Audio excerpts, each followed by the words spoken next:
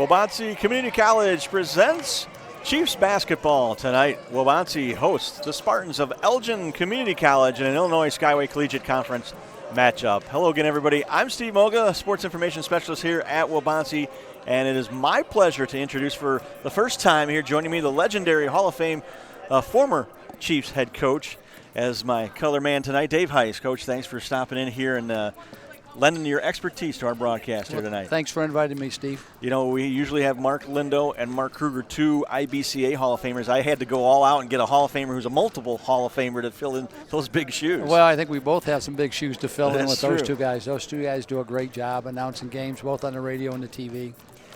Tonight's matchup here between the ladies, Waubonsee and Elgin are both somewhat toward the bottom of the conference standings. Waubonsee 1-3 in conference play, 9-11 overall. Elgin's 0-4 and 3-16 overall. And these are both teams that have had issues. Elgin's has issues scoring primarily, and Waubonsee's had the issue of just keeping healthy bodies on the floor. They haven't really been at full strength most of the entire year. They were starting to play very good basketball towards the end of November, early December, and then Katie Beebe went down, and they missed her for the 2 weeks. And I think they're still trying to recover from that, Steve. They never really have gotten their feet under themselves. They haven't gotten a real good rhythm. You know, it's tough. You know how that goes. For years and years, you had teams that they'd start to gel in December, and then you may lose a few players eligibility-wise or other issues at Christmas time, and it became very difficult always to get that chemistry going into the conference season, and they've had that almost this whole year. Well, it's particularly starting the beginning of December, and it's carried over into the month of January, and hopefully Coach Williams gets some of these girls back and they're healthy and they can find their way in the month of February. Let's hope they can get on track here tonight, as we're just about set for our national anthem, our starting lineups. Let's send it over to our public address announcer, Sean Neitzel. For tonight's women's basketball action between the visiting Spartans from Elgin Community College and your Waubonsee Chiefs. Ladies and gentlemen, before we get underway this evening, I'd like to ask everyone to please rise. Gentlemen, kindly remove your caps as we honor America this evening with the playing of our national anthem. Oh, say, can you see by the dawn's early light what so proudly we hailed at the twilight's last gleaming, whose broad stripes and bright stars through the perilous fight o'er the ramparts we watched were so gallantly streaming, and the rockets' red glare, the bombs bursting in air, gave proof through the night that our flag was still there. Oh, say does that star-spangled banner yet wave o'er the land of the free and the home of the brave.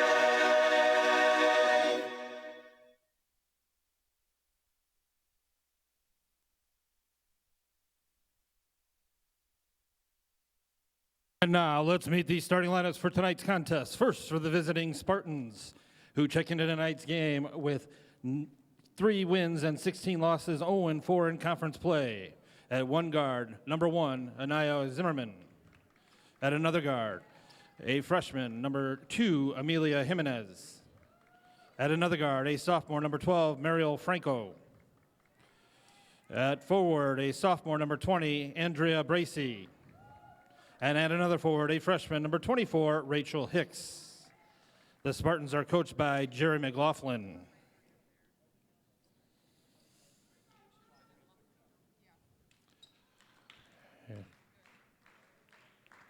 Testing.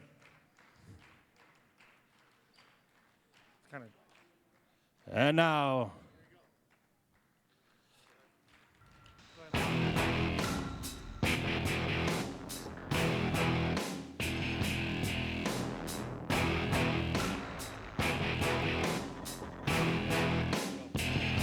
And now, let's meet tonight's starting lineups for your WCC Chiefs.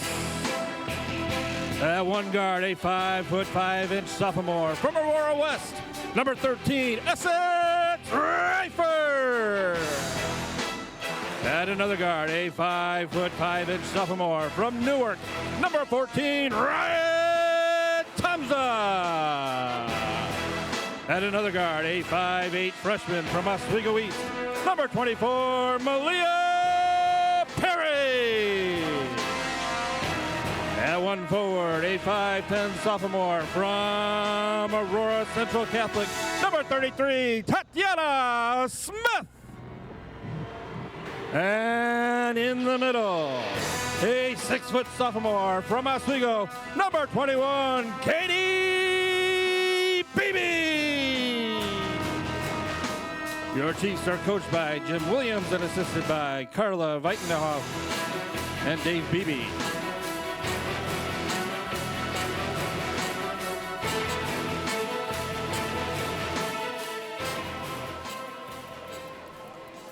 And there you have the starting lineups for Waubonsee. It's Rayford, Thompson, Beebe, Perry, and Smith. For Jerry McLaughlin's Spartans, Zimmerman, Jimenez, Franco, Bracey, and Hicks. And Coach McLaughlin in his 18th year at Elgin. And Dave Heiss, you were here for 34 seasons. You guys are kind of a dying breed. You don't see coaches that stay that long anymore at the junior college level. No, you won't, Steve. And Jerry was actually, he was a Division I assistant coach. I believe he was a Division I head coach for a short period of time out in the East Coast. He actually, Coach, has been everywhere. He coached up in Alaska at the University of Anchorage. He was out west. He was also on the East Coast that you mentioned. He was also down in Florida. So he bounced all over the entire country. 3-point shot on the way off as we start here from Mariel Franco, and here come the Chiefs in their first possession. Thompson with a 3-point shot is short, and Franco with the rebound. She mentioned tonight's officials, John Kaleo, Matt Hanley, and Justin Fahey. And that's another thing, too, Coach, that I've noticed a lot of new faces in the zebra stripes in the last couple of years. As Perry pull-up jumper is off the mark. Thompson, offensive rebound, up and in, their first bucket. Boy, the first two possessions down, they didn't even get in any offense, and it was first girl down and shot. Yep, the very Chiefs aggressive. are open. Yeah, the Chiefs are opening up in the zone. It's a little 1-2-2.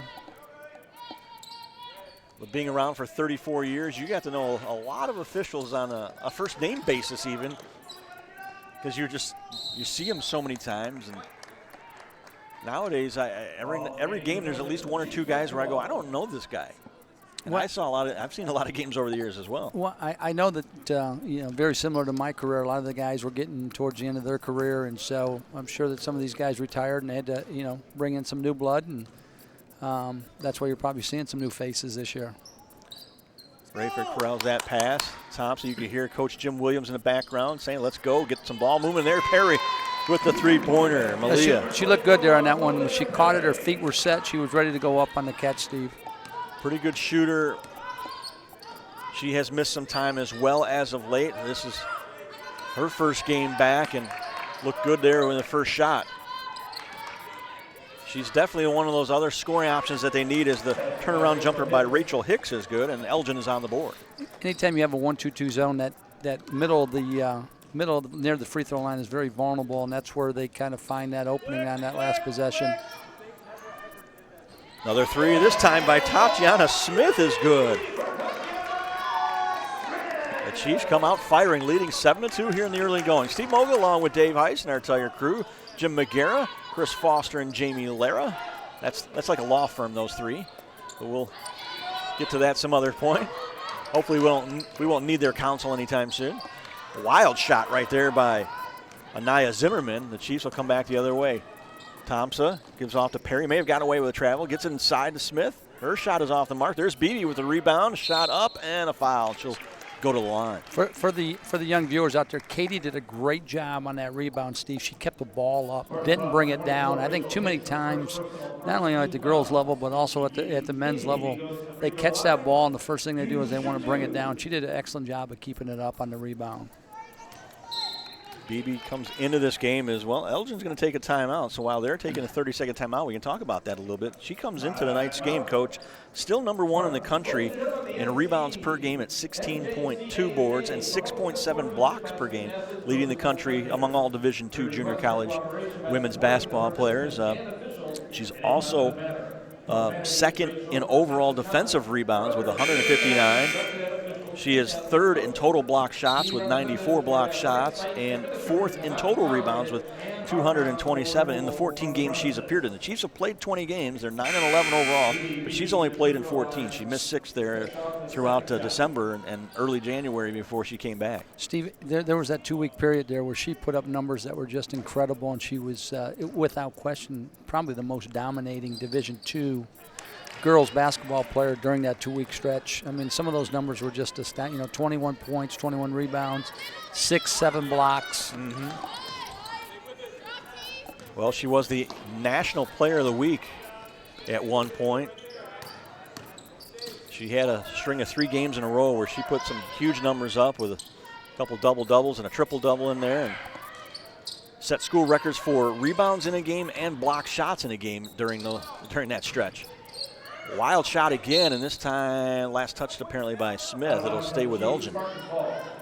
So as you can see, we've only played 3 minutes here, and it's 8-2 Waubonsie. You mentioned at the outset, Elgin's had some issues scoring this year, Coach, and just going down the games they've played so far, 37 points in a loss, 46 points in a loss, 49 points, 29 points, 39 points. I mean, 4 other games under 50 as well. Another game with just 28 points.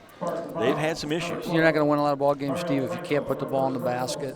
And, he's always had those sisters up there that have played the sisters him. And the cousins? Yeah, and those girls could score. I forget what they're – the Dumlins, yes. Those girls could put the ball in the basket and were very good basketball players. Yeah, they were fantastic, and they were sisters and cousins. There was about 6 of them over the last several years, and I think they're done. They're done finally. I think there might be a couple more cousins that are younger coming up, but at least Waubonsie's hoping they're done. Yeah, exactly. Those girls are very good basketball players. Well, they certainly were fun to watch if you were an Elgin Spartan for all those years and helped lead them on the court, and a couple of them were earned All-American honors in there, and you imagine what those games were like in the driveway, Oh, yes. Rayford with the rebound. She'll push it up. Try to cut her off. She's going to go baseline. She's going to get the shot off in traffic, and BB almost had the rebound, lost it out of bounds. See, what I like to see, Tatiana was out there when the shot went up, and Rayford was bringing it to the rim. She needs to follow that play and get in position for offensive rebounding instead of sitting out there on the three-point line. You'd like to get some of your taller players and the bigger bodies Without down question. A little closer to the basket whenever possible.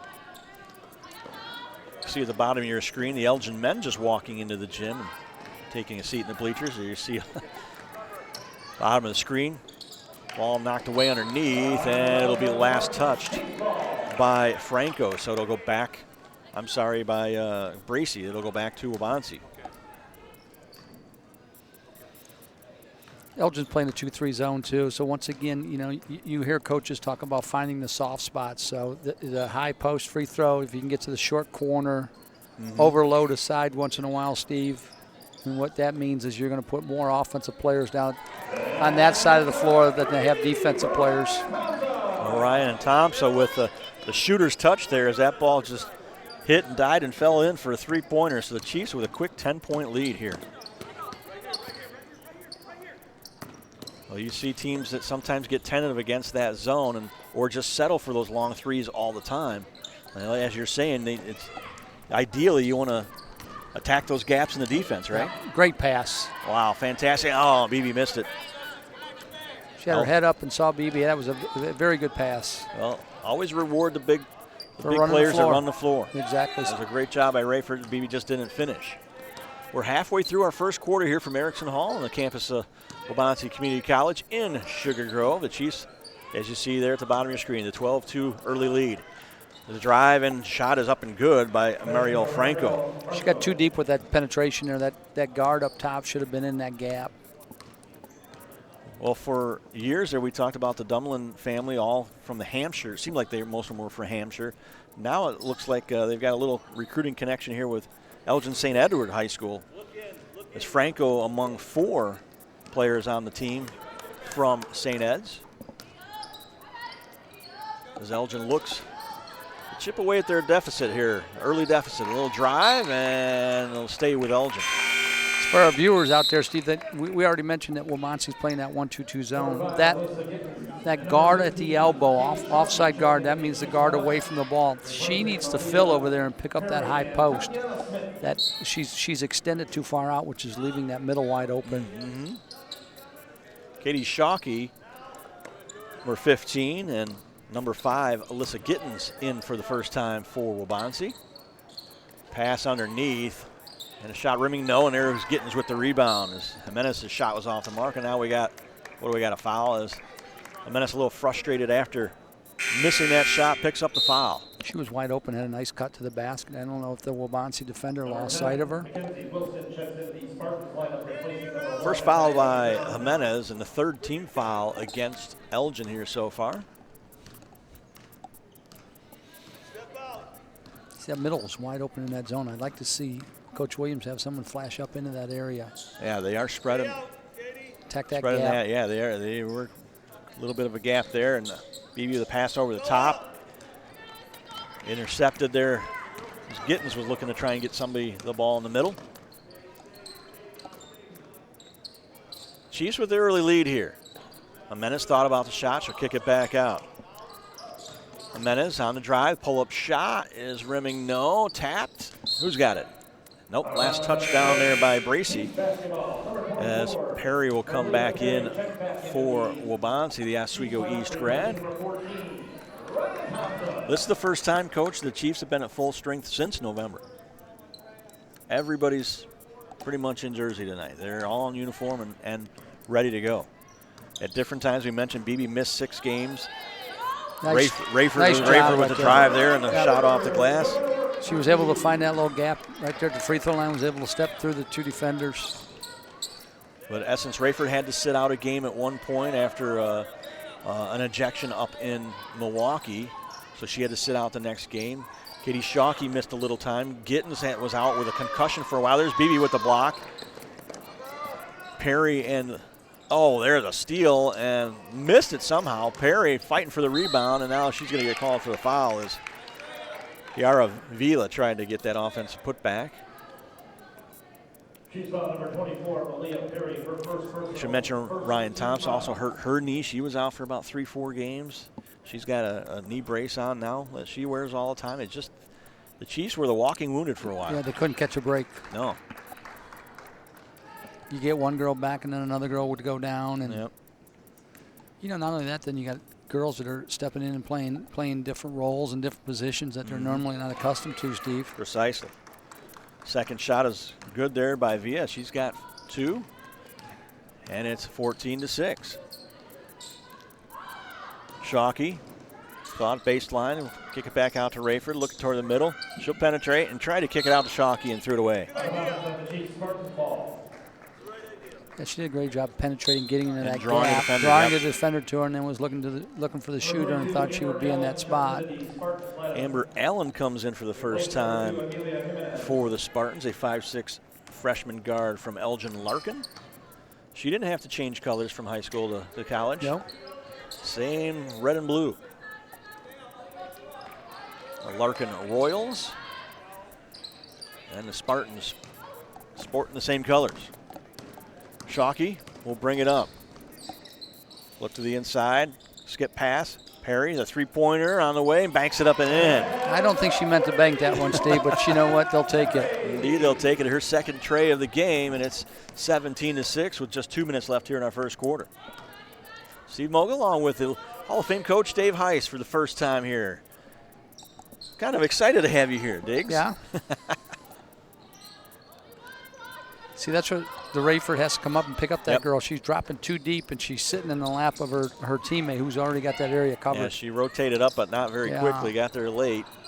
Shockey knocks it away. On the drive, the shot is off. Perry's got the rebound. I'd like to see the Chiefs get Katie a few more touches. You know, she's been pretty quiet this first quarter, and there's that flash in the middle, but she the ball just needed tapped to let away. her take one more step up. She would have been open had she allowed her to take one more step up and cleared that area. Been a pretty good first quarter for the Chiefs so far, but they've still got to finish it. There's another There's a block block for Beebe, her second already. Perry behind the back dribble, and she'll pull it out away from the traffic. Now gets Great it to Perry, pass. or Beebe, I should say, down low, and she'll draw another foul and go to the line. She had her head up, saw Katie running the floor. Foul is on Mackenzie Wilson, the freshman from Elgin St. Edward. That's her first foul as well, the fourth team foul against the Spartans as Beebe goes to the line again. Katie 1 out of 2 from the line so far. She's got to get up on her toes, Steve. And make it 1 out of 3. She's finishing that free throw flat-footed. We always tell coaches, tell the players rather as coaches, you know what? Finish high on the release and stay up on your toes. She hits the second one, so she's 2 out of 4 from the line. She's only about a 61% free throw shooter on the year, Coach. That is one area of her game that certainly could continue to improve on. 75% coming into this game in conference play she was until those 2 misses. So anyway, the Chiefs, though, with an 18-6 advantage here in the final minute of our first quarter from Erickson Hall in Sugar Grove. And Perry taps it away. She is playing so much more confident than she did early in the year. Your typical freshman, Malia Perry, came in and was a little tentative at times. Good shooter, streaky shooter sometimes, but wouldn't always be assertive and get her shot.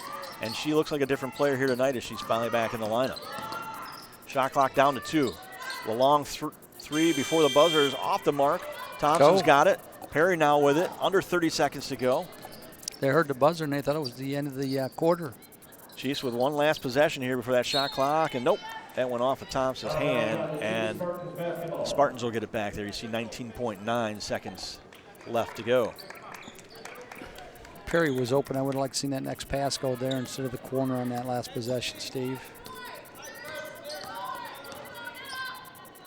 Spartans now looking for the last shot of this quarter. There's a flash in the middle. Villa kicks it back out. Shot clock down to 5-4. They won't even get one off here. Oh, they finally do right at the buzzer, and it's a good 3 for Andrea Bracey to give the Spartans a little spark right there as we end the first quarter with Waubonsee in front, 18-9. And Coach, your initial thoughts there after your first quarter of action? Well, Waubonsee likes the 3. There's no question about that. I'd like to see them get Katie more involved because I think, you know what, if they can get her a few more touches, get her moving in there, then I think that in turn is going to open up the outside for your shooters.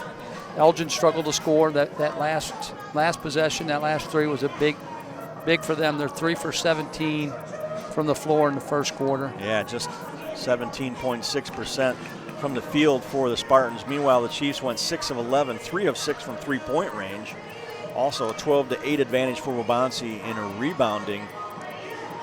And I should mention that, looking at their stats, Coach, Mario Franco, she averages 19 points a game. She's only got 2 right now. So the Chiefs were able to really kind of keep her under wraps in that first quarter. I'm pretty sure that was probably highlighted in the pregame talk Coach Williams had with his girls. Being aware of where she was at on the floor and trying to make sure that, she doesn't get any clean looks at the rim. The Spartans with the basketball here to start our second quarter.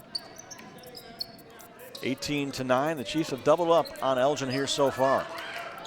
See what they're doing is they're running the girl from the other wing over to the corner, and they're overloading the side against the zone, Steve. And just trying to dump it inside. Gittens will pick up the foul. First foul on Alyssa Gittens. First foul against the Chiefs here in this second quarter. Again, Waubonsee coming in just 1-3 in conference. Elgin 0-4. There, that just can't happen. We get the ball inside to Bracey for an easy 2 points and the foul.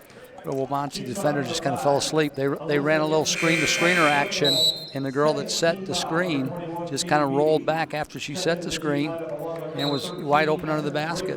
Well, Gittens picks up the foul, her second foul in 3 seconds, basically. So she'll take a seat. And now Bracey trying to complete the three-point play, and she does. She's got 6. to lead Elgin. She's got half their points. It's 18-12. It's a 6-point deficit, or a 6-point lead for the Chiefs, however you want to look at that. Thompson. Maybe hear Jim Williams in the background yelling dive, trying to get Beebe to go right to that spot and then kick it out. And what do we got, a 3-second call? It's called a travel. I didn't see that, but I'm not sure about that one either. She picked the 1 foot up, but didn't look like she did anything else there. At any rate, Elgin will come back with it. Spartans again looking to dig into this deficit. Ball tipped by Perry, stolen. Here comes Beebe looking up ahead to Thompson. Nice lead pass. Nice pass. And Ryan lays it up and in. Ryan Thompson has 7 to lead all scores. And it's that was a good example of throwing it to a spot and not to the person, Stephen, and allowed the Waubonsee player to run up underneath it, kind of like a quarterback and a receiver. I was going to say, we got a Super Bowl coming up soon, Coach, so you got to lead your receiver. That's right. A foul will be whistled on Tatiana Smith, her first personal. 13 foul against the Chiefs here in this second quarter already. So who do you got in that, Coach? Well, I tell you what, I think who you got in that Super Bowl? I think Kansas City's pretty good. I do too. You know, particularly with that quarterback Mahomes. He can do a lot of different things with that football. I am a Patrick Mahomes fan, and I think I'm right there with you. That would be my pick as well, and time will tell, of course. I think with both teams, personally, I think it'll probably be a high-scoring game. You're going to see a lot of points. Well, speaking of points, Zimmerman, that was her first point of the game as she made that second free throw. It's back to a 7-point game. Rayford, Perry looking to Smith, kicks it back out to Perry, and they're going to get a foul on the reach there. Yeah, those are ones as coaches that drive you nuts, right? Because the player's not really doing anything. She's kicking it right back out. Right. Well, don't try and reach there. The Elgin defender actually physically had the hand in the back, kind of gave her a little push. Don't bring the ball down. Katie caught it there, brought it down. Thompson, 3 off the mark. Rayford will get the rebound. She'll split the defenders. The shot is off, and Elgin with the rebound.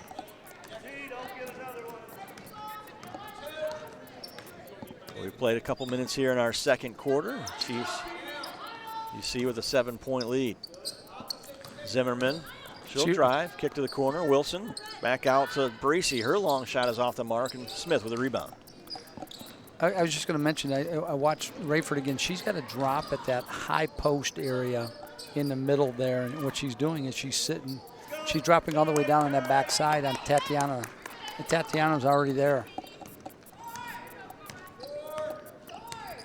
See how she's getting extended out there when the ball's opposite her, Steve? She needs to come in, take that high post area.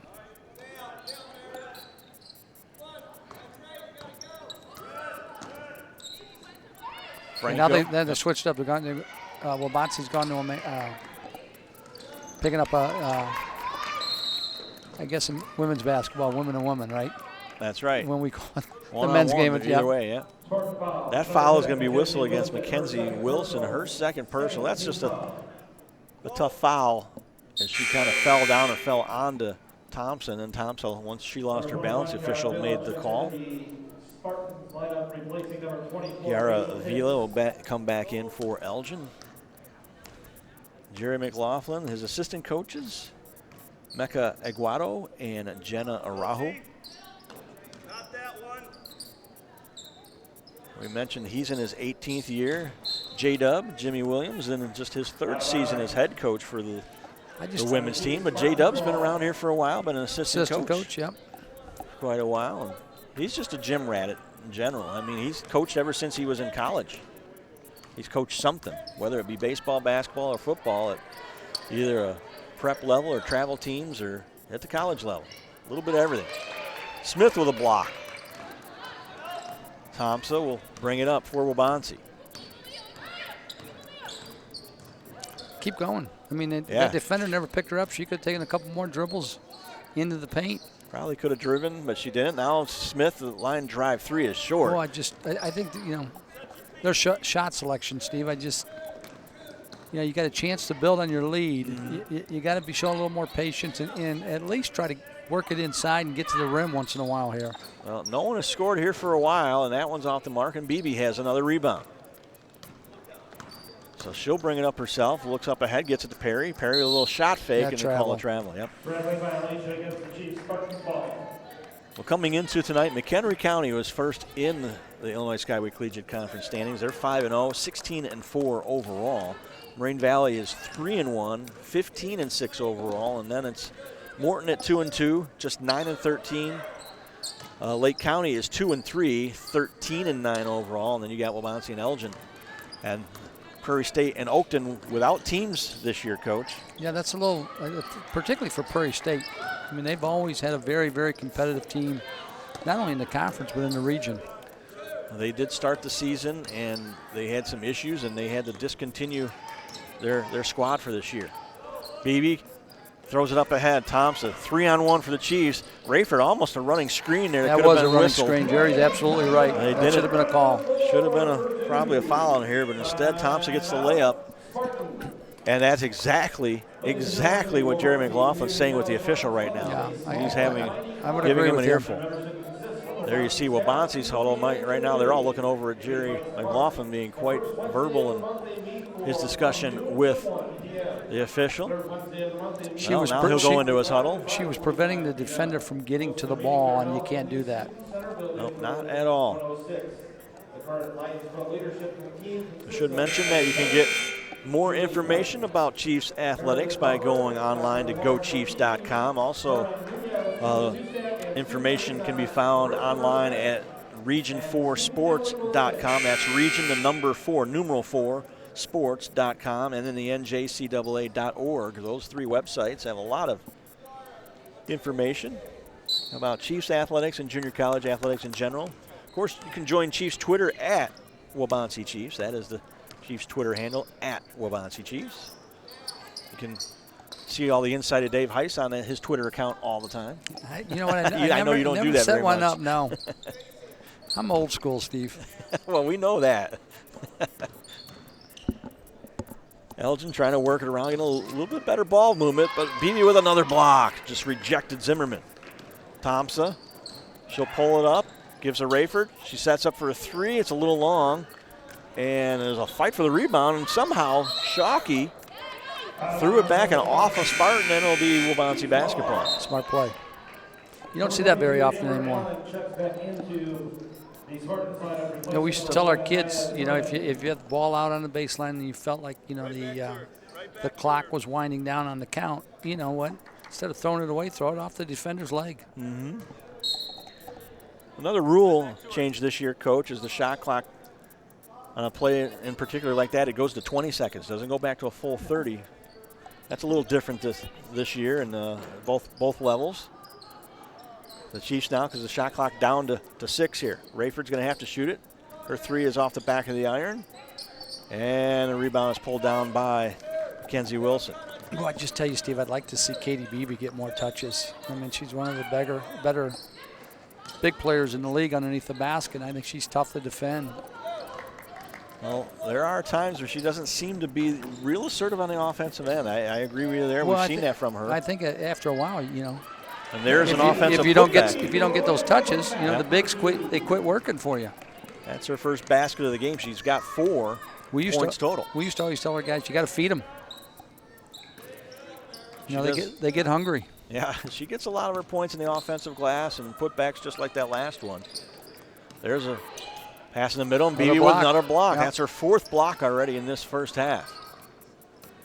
Shockey will come away with it. Waubonsee looking to push. The defense, nobody picks her up. She's going to pull up with the jumper, and it's off the mark. I think she just was surprised she was that open, Coach. The shot was off the mark. Elgin will come back with it. Baseline shot is off, and Beebe will get an easy rebound as it comes right to her. That was a great box out by number 14 from Waubonsee. She went and she found a body, put a body on when the shot was in flight. Well, neither team has been very offensive here in this second quarter. Waubonsee with just 6 points. Elgin with just 4 as we near the 3-minute mark left till halftime. The Chiefs have not really been able to extend this lead very much. Bracy, she'll pass it off. The shot is off the mark, and Perry's got the rebound. Boy, the shooting percentage for Elgin's got to be pretty low at this point. And Perry lost it going up, and it'll go back to the Spartans again. Well, Steve, I think both teams are struggling with shooting this in the second quarter here. Allison Ryan, a 5'6" freshman from Hinckley Big Rock, comes into the lineup as Rayford will take a seat.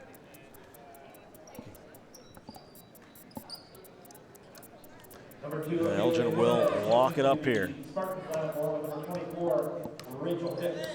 Again, the men's contest, I should mention that, will be coming up at 7:15 p.m. here tonight. So Dave Heiss and I will have that matchup as well. Two pretty good teams going at each other in that one. It's Lance Robinson, his first year as head coach, and Reed Nospish, who's been at Elgin, it seems like, for a long time, too. He's been there 14 years now. You know, Reed played there. I coached against him when he was a player. Wow, that's now you're showing your age, Coach. You say, yeah, I coached against guys who have been, as they were players and then as a coach as well for many years. Well, Dave Heiss, 644 career coaching victories here at Waubonsee, over 34 seasons, over 1,000 games coached. And that's just the games coached officially, not the summer league games, not the jamborees, not the going to watch high school games, not going. You've Scouting. seen more basketball than I probably saw another 1,000 games outside of the games that I coached in, Steve.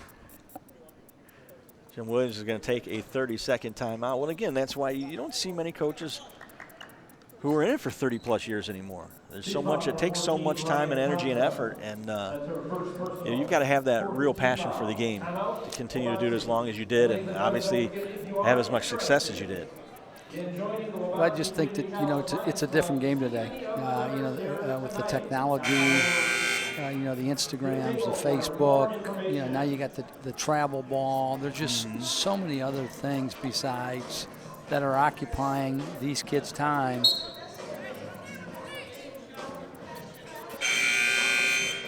Chiefs serve that short little and the other timeout. thing, look at the transfer portal at the Division I level. Kids can't be patient and wait their time to That's play. true, yeah. And if they're not getting playing time, they immediately want to leave the programs.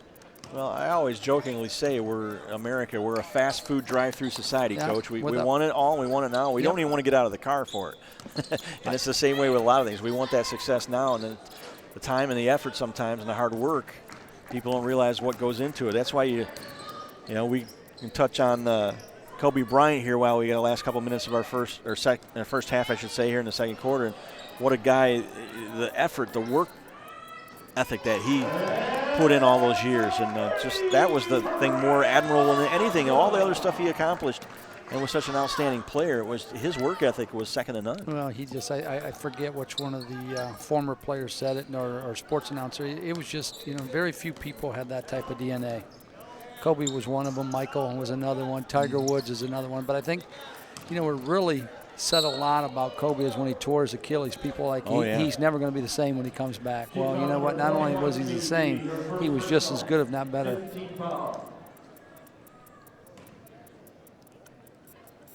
Yeah, well, tragic loss of him and the other individuals as well. And longtime junior college baseball coach and his family. And sad day. Sad day indeed. And we've had some of that here as well at Waubonsee. As you see, Villa hit both free throws. And I don't know if we get a chance here at some point and can get a shot. I don't know where the chair went to. It's normally back here. Oh, okay, the poster is still there in honor of our athletic trainer, Phil Jacobs, who passed away January 7th at the age of 48 years old. And kids have honored him and put his chair and put a board back here pretty much every game since then. He had been here for 18 years, and not only Phil dealt with 11 different sports, so we're just dealing with our athletes when we coach. He's dealing with everybody's athletes. So look at the amount of people that he came in contact with and had an impact in their lives. Well, he did. He impacted hundreds of Chiefs student athletes over 18 years here, and certainly miss him. And like I said, it's just nice that the Kids wanted to honor him as Beebe with the rebound and the putback, and suddenly the Chiefs have doubled up Elgin again. It's now 30-15 with a little offensive spurt here in the last couple minutes of this second quarter. You know, like I said earlier, I'd like to see them get her a lot more touches down there. Because even if she doesn't shoot the ball, she's going to command that second defender to come down. Perry with the steal, jumped the passing lane, looked to skip it Give it across, back and stolen by Zimmerman. Now 22 seconds to go. Telegraphed it, Steve. Yep. Elgin now looking for the final shot, trailing by 15. Shot clock down to 10. Should say game clock. Franco making a move and is fouled. Was that a double dribble right in front of us? I thought it was. So did I. I just wanted to make sure I was looking at the same thing you were. Allison Ryan will be whistled for that foul, so she's got one. Went to catch it, dribbled it once, picked it up, and then dribbled it again. 3.5 seconds to go. Not a whole lot of time to get the ball up the court. Coach, did you have a specific play or anything when you only had like 5 seconds or less? I mean, you guys working? Yeah, you do those. Those are called situational things where you don't want to have to call a timeout. You know, you have it under the basket. You may have a sideline. You may have it, you know, under your own basket. You know, you got set plays that you can call. Well, Beebe's going to inbound it here. Let's see what we got. See? Faked it to Rayford. Yep, Thompson. She should have gave it to Rayford as soon as she caught it. And the shot is short, and that will do it here for our first half of play. Waubonsie puts up 12 points in that second quarter. Elgin scores just 7. And the Chiefs extend their lead a little bit, now to 30-16 at the end of one half of play. And Coach, your thoughts there in the first half? First opportunity you really gotten to see the ladies in person in action, and some good things and some things obviously that they certainly can continue to work on. Well, defensively, I thought they forced some turnovers. I mean, they were able to get their hands on some passes and on the dribble penetration. You know, personally, I'd like to see them maybe pick up Elgin full court. You know, kind of put a little pressure on them.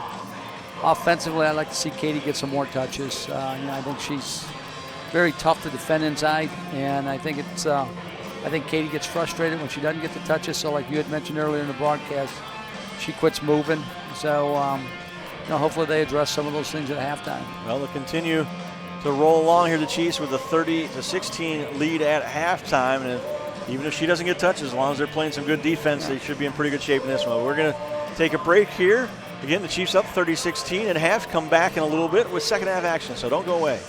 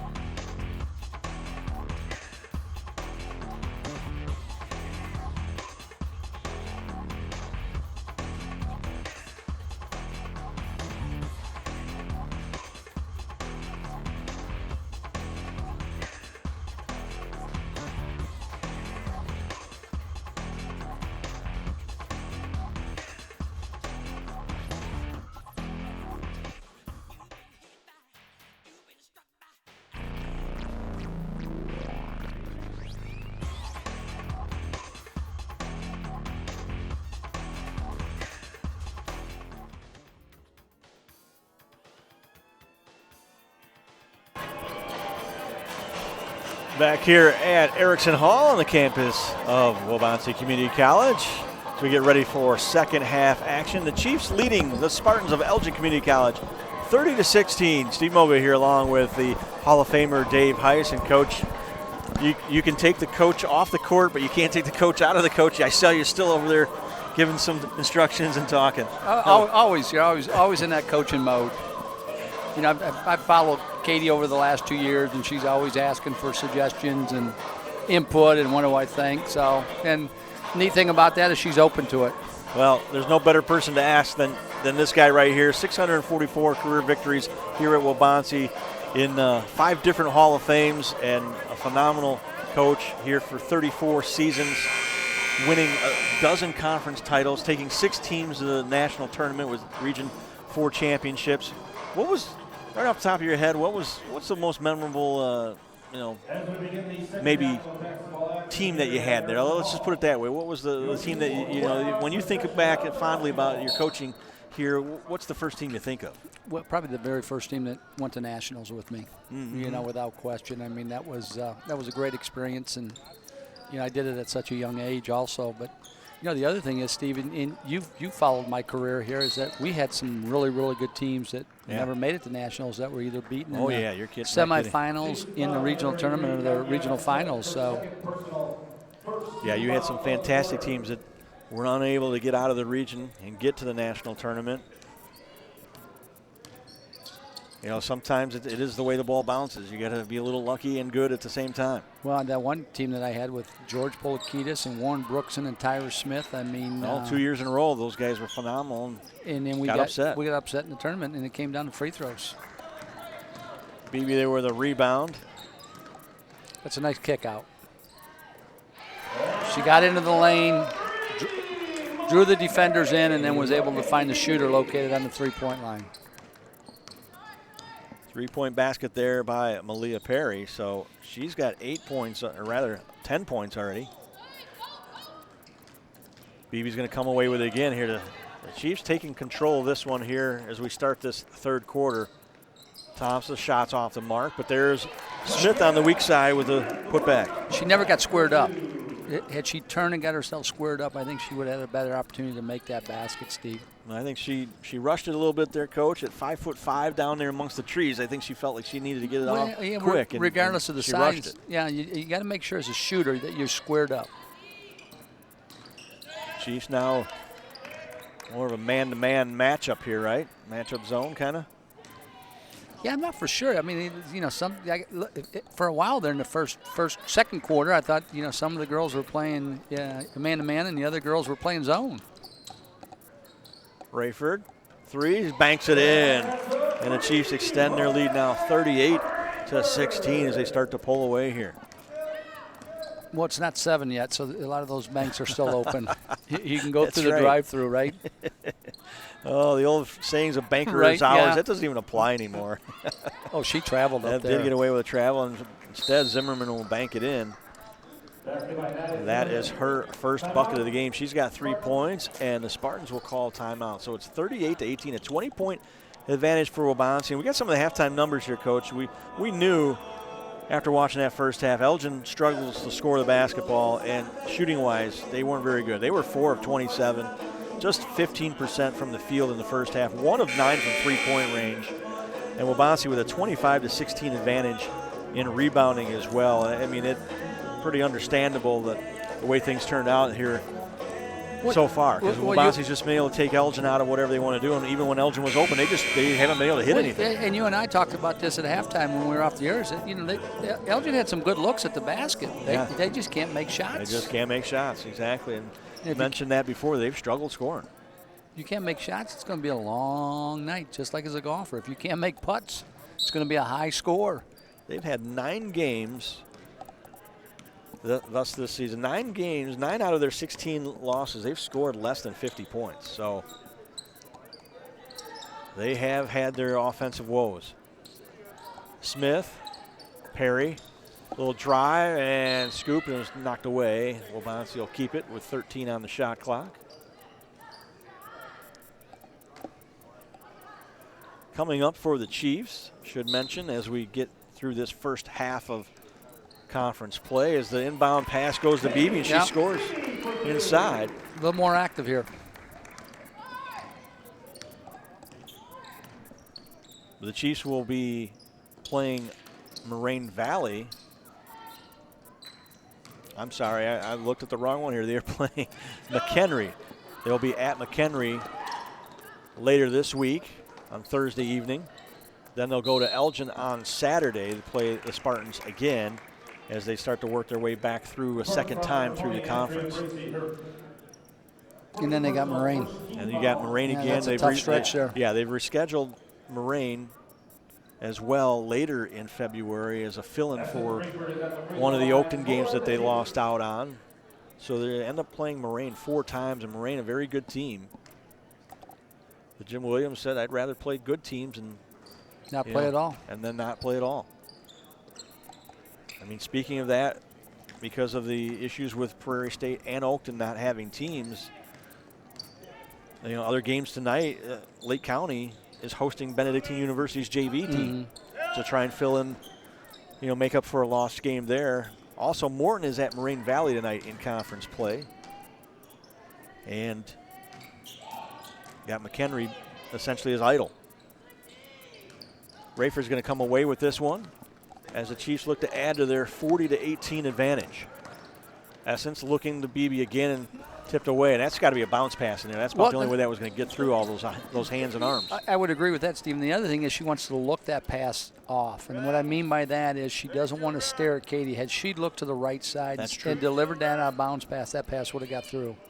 The guards out there and just anybody, you want to look your passes off, and that means you're not going to sit there and stare at the person you want to make the pass to. Yeah, she drove the entire way and was looking right at her as she tried to thread the needle. If you can look that defender off, that's going to hold that defender because they're locked in on your eyes. So if your eyes are looking the opposite direction on where you want to pass that ball. Second foul right there on Malia Perry as the free throw by Jimenez is off the mark.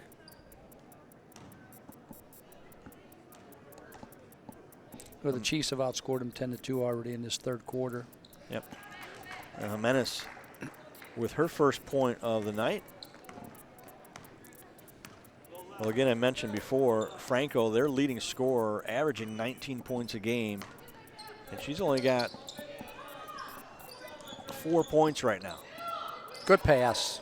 That was a good flash. I like that. That whole play, the way Tatiana flashed in the middle. Rayford found her, delivered a nice pass. She caught. She didn't put it on the floor and just turned and shot it. Yeah, that's what I liked about it. She didn't hesitate, went right up with a shot, put it up and in. The Chiefs continue to extend their lead now, 42-19. We played 4 minutes here of our third quarter. Steve Moga along with the Hall of Fame coach Dave Heiss and our entire crew, Jim McGarrett, Chris Foster, and Jamie Lehrer. That's McGarrett, Lehrer, and Foster, the law firm. That's a dynamic duo right there, boy. I tell you, those three guys. Dynamic duo. They do a great job. I don't know. When you talk they do about, do a fantastic job. They, I was going to say the Three Stooges, but I thought about it too. But I mean, that pull-up shot is way high off the shot clock, and shot forced there by Zimmerman. And Jared McLaughlin's, he's seen enough. He's frustrated. He's going to take another timeout here. So with 5:26 left in our third quarter, the Spartans will have a full timeout, and that will give us an opportunity to mention that our next broadcast here on GoChiefs.com or waubonsee.edu/live sports. That's the other way you can get to our coverage here. Our next one is Tuesday, February 4th, when the Chiefs host Moraine Valley Community College. A 5:15 p.m. tip-off for the women, 7:15 tip-off for the men. There you see Waubonsee's huddle right now, and maybe Coach Heiss will bring you as a guest speaker for one of those games. Taking the seat tonight of Hall of Famer Mark Lindo and Mark Kruger, the two of them on other assignments tonight. And we are fortunate to have both those guys as well. I mean, are you kidding me? Without question. I mean, both those guys do a great job. And yeah, they're both doing stuff all over the state of Illinois and come out here to do our games too. We love that. Well, Mark Lindu's doing the Northern Illinois game tonight on ESPN Plus. I listened to him last week. He was doing a game on a Saturday for Northern, and he does an outstanding job. And I tell you, where I'm very impressed with his skills are listening to him do the football games for Northern. He's done those for many years as well. I saw him and his wife over the weekend. His wife said, yeah, he's busier now, retired as a retired person than he was all those years teaching and coaching. Smith with a 3 in rhythm, perfectly done as the Chiefs now extend their lead. That's a second triple for Tatiana. She's got 10 points. Perry almost with a steal. Jimenez kicks it to the corner. The 3 short by Bracy, and whose ball is it? It's going to stay with Elgin. Amber Allen will come in for ECC. Amber Allen checks back into the Spartans lineup, replacing number 2, Amelia Jimenez. Again, at the conclusion of this game, we'll have the men's contest as well, starting about 7:15. And that one, Bracy got it just down way too deep underneath the bucket and got Tatiana Smith in a bad position defensively. What happened was she started on the ball side block, and then she screened across for her teammate, and then she just turned and sealed. And Tatiana, didn't fight for that position and stayed behind her. That'll be the third personal on T, so she's going to take a seat. Leah Perry will also take a seat as Shockey and Gittens come in. Gittens with 2 fouls coming into the game, so she doesn't want to pick up, we don't want her to pick up her third either here. Even though the Chiefs have a comfortable lead, you don't want your post players all in foul trouble. Bracy missed the first, hits the second. She's got pretty good form just watching her shoot the free throws there, Steve. She's got 7 points, and it's 45-20, a 25-point advantage for Waubonsie. Shockey now. 3 is long. BB's going to run it down and get yet another rebound. Katie has had, I believe, a dozen out of those 14 games she's played, Coach. She's had a dozen double-doubles, or doubles in points and rebounds. And she's well on her way to that here again tonight. Good as hustle. Thompson hustle rebound. Rayford, Shockey. They're looking for Gittens. There's the flash. And the little drop down. Nicely done. Nice job. That was high-low there, Steve. Alyssa just didn't finish. But it was last touched by the Spartans, so Waubonsie will retain possession. Official signaling to put 20 back up on the shot clock.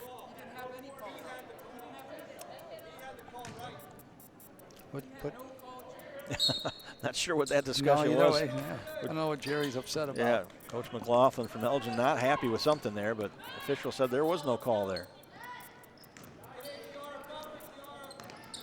Rayford, little hop, try to get inside instead. It's going to be whistled for the travel. Probably good call right there.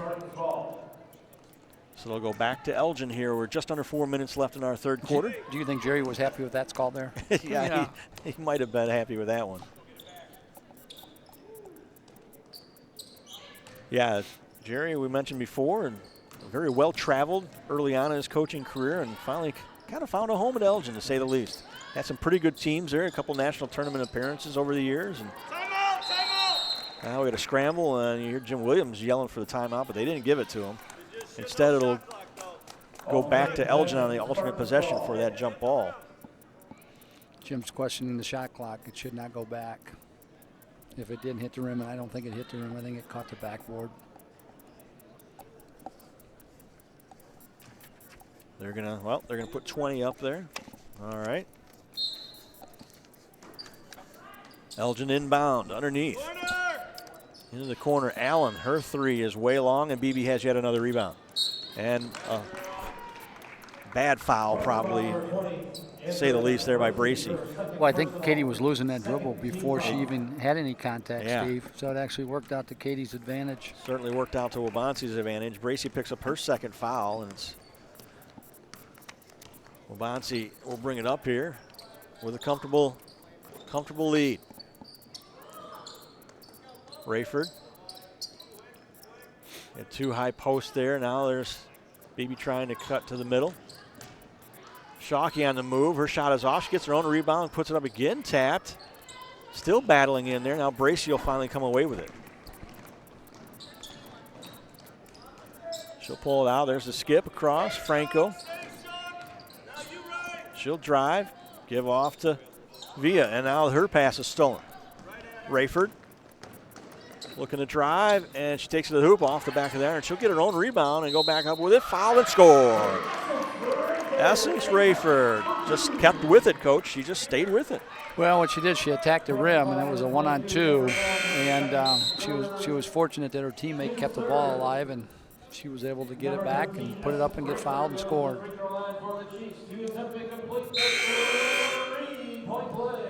Allison Ryan will come back in as Ryan Thompson will take a seat. So Ryan for Ryan, as Rayford looks to complete the three-point play. Rimming, rattling, and going in. Essence Rayford, a sophomore from West Aurora High School.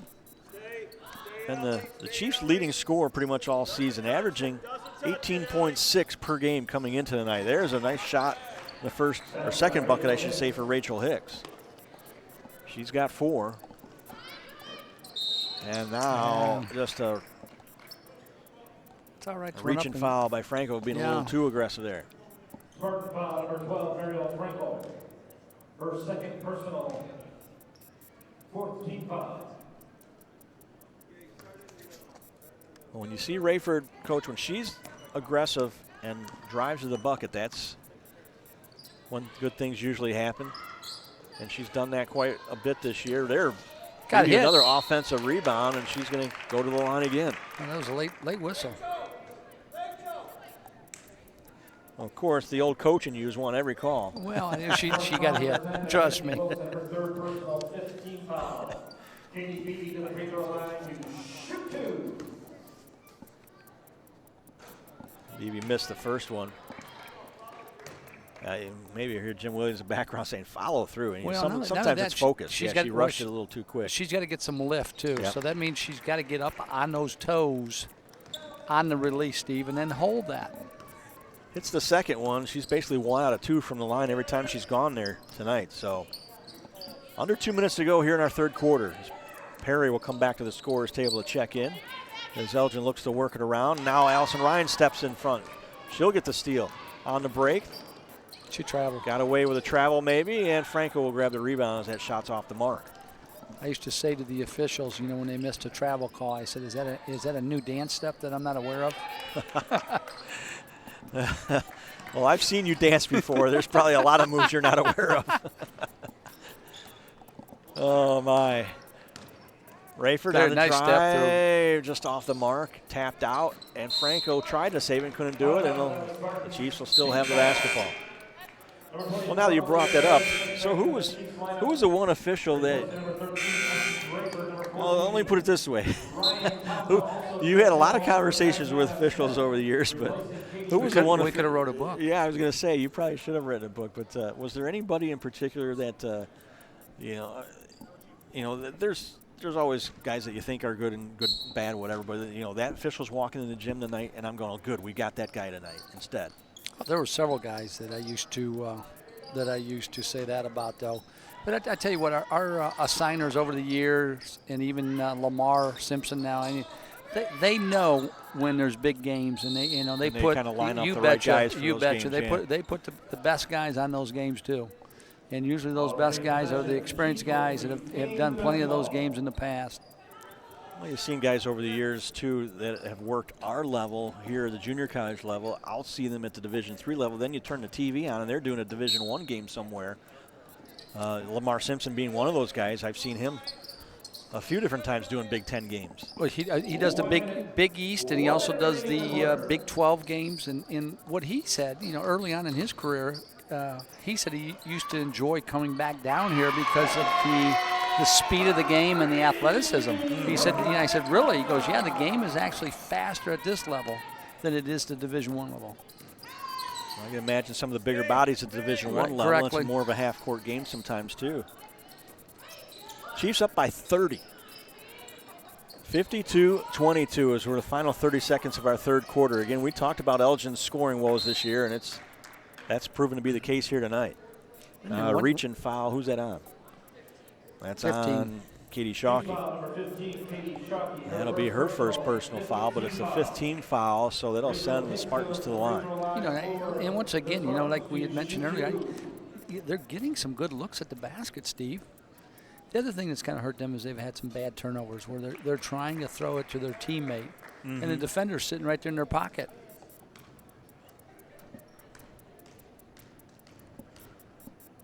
Rachel Hicks at the line. Her first one was good, and the second one is also good. I'm looking at the form on some of these girls and their free throws. You know, they've got great form. Just doesn't always carry over to their floor game. Hicks, by the way, 78% free throw shooter for Elgin. She's the best free throw shooter on their team, and you can see it just now that she did have really good form on those last two. Shot clock down in the final seconds of our third quarter. Shot is off the mark, and I don't think Franco will get it off. She won't. Her half-court shot is after the buzzer. Wouldn't have counted anyway. And at the end of our third quarter, the Chiefs with a commanding 52-24 lead as Waubonsie puts up 22 points in that quarter to just 8 for the Spartans. And again, their woes have continued. Single digits every quarter for them. And Waubonsie's just done a good job defensively, and Elgin has not shot the ball well. Yeah, that's just a pretty good combination if you're a Waubonsie backer. And the turnovers. You know, I think that Elgin's had some bad turnovers too, Steve. Elgin with a dozen turnovers. The Chiefs with a 41-22 rebounding advantage. Beebe right now 10 rebounds, 9 points. So she's pretty close to that double-double we were talking about. But they are just 6 of 39 so they from went, the field. They went 2 of 12 in that third quarter. You know, you're just not going to win a lot of ball games. No, shooting 15% for the game. They've never led in the contest, and Waubonsie has just dominated here. And we should say thanks to Freddie Kreppert, our statistician, who gets us the stats hot off the press, hot off the copy machine. They're even still hot here when he hands them to me. But longtime statistician. I guess we're all kind of showing our ages. I saw every team here at Waubonsie even before you were the head coach. You were here for a long time. Freddie's been here longer than both of us. And then, of course, we got John Sudge who runs the scoreboard, and, you know, nobody's as old as he is. Sudgey's one of a kind. Former Chiefs first baseman and all-conference player back in the day. Went on to play at Marietta College in Ohio where they won a national championship, Division III national championship, and he was an All-American first baseman. Well, then he went on and had a great fast pitch And played fast pitch for 20-something years. A Shockey on the try with a nice little touch off the glass. Katie Shockey has put her name in the scorebook. 54-24. You know, when you're up this big, you know, you still want your girls to play hard and do the proper fundamental things, play good defense, but at the same time, you want to make sure that, you know, you don't get anybody hurt. Right, you're exactly. You don't want to get anybody hurt, but you also still want to keep working on things and build toward your next game. Take some of that momentum in the next contest. You're playing a McHenry team that is, you know, right now getting some votes in the national rankings, and they're at the top of the standings, and then it doesn't get any easier after that when you play Moraine Valley a couple more times too. I think about at the 5-minute mark, if this lead stays where it's at, I would suspect that Coach Williams will empty his bench and get some of the girls some playing time, and then take out, you know, some of the starters. Touched on a little bit before. The Chiefs' next home game is this Thursday at McHenry, January 30th. Then they go to Elgin on February 1st on Saturday. Good cut. Nice pass and a cut. Shot is off the mark, though. Here comes Franco. And then they play Elgin here on Tuesday, the 4th of February. And then go to Morton as they start to work their way through the second time through the conference. Franco with that bucket and the foul. The foul was on Thompson, her third personal. And again, Franco, their leading scorer coming in. That'll give her 9 points. She's not even in double figures. And she averages nearly 20 a game. They're saying that Rayford wasn't at the scores table before the ball was given to the free throw shooter. I take that back. I miscounted, Coach. That's only 6 points for her. Spartans foul number 1, her first personal, first team foul of the quarter. Number 13, Essence Rayford checks in. Rayford now will come into the game. Shockey will take a seat as Leah Perry will get to shoot some free throws here. And she misses the first. Another rule change, just that, for the women's game, it's automatic 2-shot foul every time that you're going to the line, and you're going to the line after 5 team fouls every single time. So no 1-on-1, huh? There's no 1-on-1 in the ladies' game anymore. Wow. It's interesting. Trying to increase the scoring, I think, is part of the rationale. I think the national office mentioned when they made that rule change, and also took a timeout away from teams. You see the shot good there by Bracy. Their last 2 baskets have gone. They've attacked the rim and they've been able to get it all the way to the rim. And Perry with a nice smooth delivering a 3, her 4th triple of the game. Malia putting on a show here. It's 58-29. They certainly have missed her scoring, Coach. She's been early on when they were playing well in November. She was a legitimate 3rd scoring option. And we're going to get a travel there. They'll wave that basket off as Beebe will come back into the game. But it was really Beebe and Rayford and Perry, the 3 of them, kind of a 3-headed monster there for teams to try and defend early on. And when she was out for a while, they missed her. And she's a legit 3-point threat out there, too. Exactly. Which is going to open up the inside for Katie and Tatiana. Well, Elgin will use their final timeout. So they are out of timeouts for the final 7:47 of this game. But they're trailing by a bunch, so it may not make that much difference. And while we've got a timeout, we'll mention the most recent rankings have come out for the NJCAA Division II rankings. And right there, tied for 10th in the nation within Region 4 is Bryant and Stratton out of Wisconsin. They're 14-6, somebody that the Chiefs played earlier in the year. Also receiving votes, I mentioned McHenry County. They're in the top 25 receiving votes right now, but a couple other schools in there that would be a note. Illinois Central is 16th, and Parkland is 19th. Kankakee was also on the list prior to this, but they dropped off since last week. They were also receiving votes. That's a team that the Chiefs are going to see on February 8th when they come in here to Erickson Hall on a Saturday afternoon.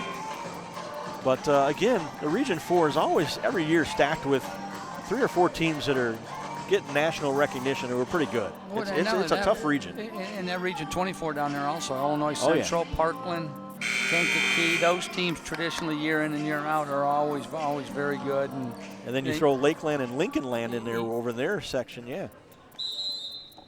There's good basketball in Illinois. We already knew that, but it proves it every year in and year out. There you see Coach Williams. J-Dub. It doesn't even matter that you're up by 30. He still can't sit down and relax. As a coach, you never do that, do you? You just. Nope.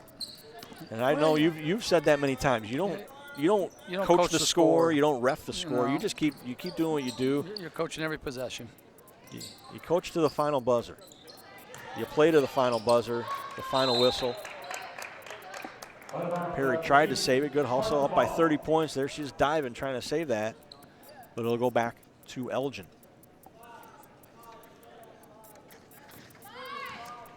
As a matter of fact, I remember a game at Elgin a few years ago where you called timeout with about 30 seconds left in the game that you had in hand, because you were still coaching them up. You're still teaching. I know there were some grumbles from the Elgin fans. They just wanted to they wanted it over with. They wanted the torture, the misery to end.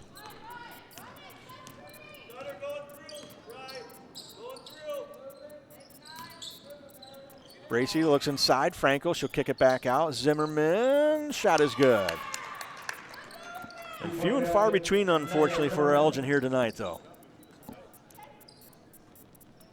Zimmerman has 5 points, and it's 58-31. There, Rayford again, and that's what she does, Coach. She's got some foot speed. She said, "I'm not waiting for anybody." When she turns it on, she's got more quickness than anyone on the floor, and foot speed's hard. You You can't simulate that in practice. You can't teach that. You either got it or you don't. That's 2 in a row for that young lady Wow. right there. Zimmerman all of a sudden there buries a 3. They went in on the penetration. They kicked to the corner, and then they give the corner her teammate credit because she made the next pass. Anaya now with 8 points for the Spartans. 6 minutes to go in our game. Thompson gives the Smith, and her shot is long, and it'll go out of bounds and go back to Elgin. On the Chiefs Spartans ball, number 24, Rachel Hicks. Hicks will come back in for Elgin. See, in those situations when you're up this big, you want to work that shot clock. Yeah, work the clock, yeah. I don't think you need to take quick shots. If that shot comes back to you and there's, under 10 seconds to go on the shot clock, then take it. We always talk about score, possession, and time. Wilson, nice pass inside to Frankel. They look pretty good this fourth quarter. They've got movement going to the basket. They've executed. They've got some penetration going to the rim. They've kicked out to a few of the shooters. Kiara Vila gets the whistle on that one. That'll be her first personal foul. Second team foul as Beebe will go to the line. I mentioned Wabansi's upcoming games. Elgin is at Lake County this Thursday. And then we mentioned before they host, I should say, Wabansi on Saturday the 1st. And then they also host Prairie State. I'm sorry, they don't host Prairie State. They don't have a team. They host McHenry on the 6th of February. That's next Thursday, or a week from this Thursday. A couple of the upcoming games for the Spartans as they kind of hit the stretch run here into February, the final games of the season. That foul was on Tatiana Smith, her 4th personal. So our midway point here through the 4th quarter, she picks up her 4th. Hicks will go to the line where she looked really good from there before, and she's money right there from the line. 3 for 3 and nothing but net. She hasn't hit the rim yet. Well, right now they're outscoring the Chiefs in the 4th quarter. They've got better ball movement. Well, what do you do as a coach sometimes? Because, it's got to be tough sometimes when you've got a big lead. Keep your team motivated, keep your team focused, keep them locked in for all 40 minutes. That's sometimes impossible to do, isn't it? Well, yes and no. I mean, obviously at the end of the 3rd quarter when he had the girls in the huddle, you want to give them some goals. You want to say, okay, let's hold them to so many points, this 4th quarter. You got to give them some incentives and some goals to shoot for. Because obviously the girls see the score, they become relaxed, and they're not playing with that same type of tenacity. And that's a good cut. Good cut and a good pass. Shot rattles in and out by Frankel. Rafer's going to go coast to coast. No, tried to dish off to BB and lost the handle. So in that situation, that was just too tight of a pass. There wasn't enough space between Rayford and BB to make that pass.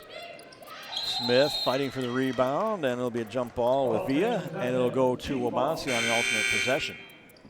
Number 2, Amelia Jimenez checks back into the Spartans lineup, along with number 20, Andrea Bracey.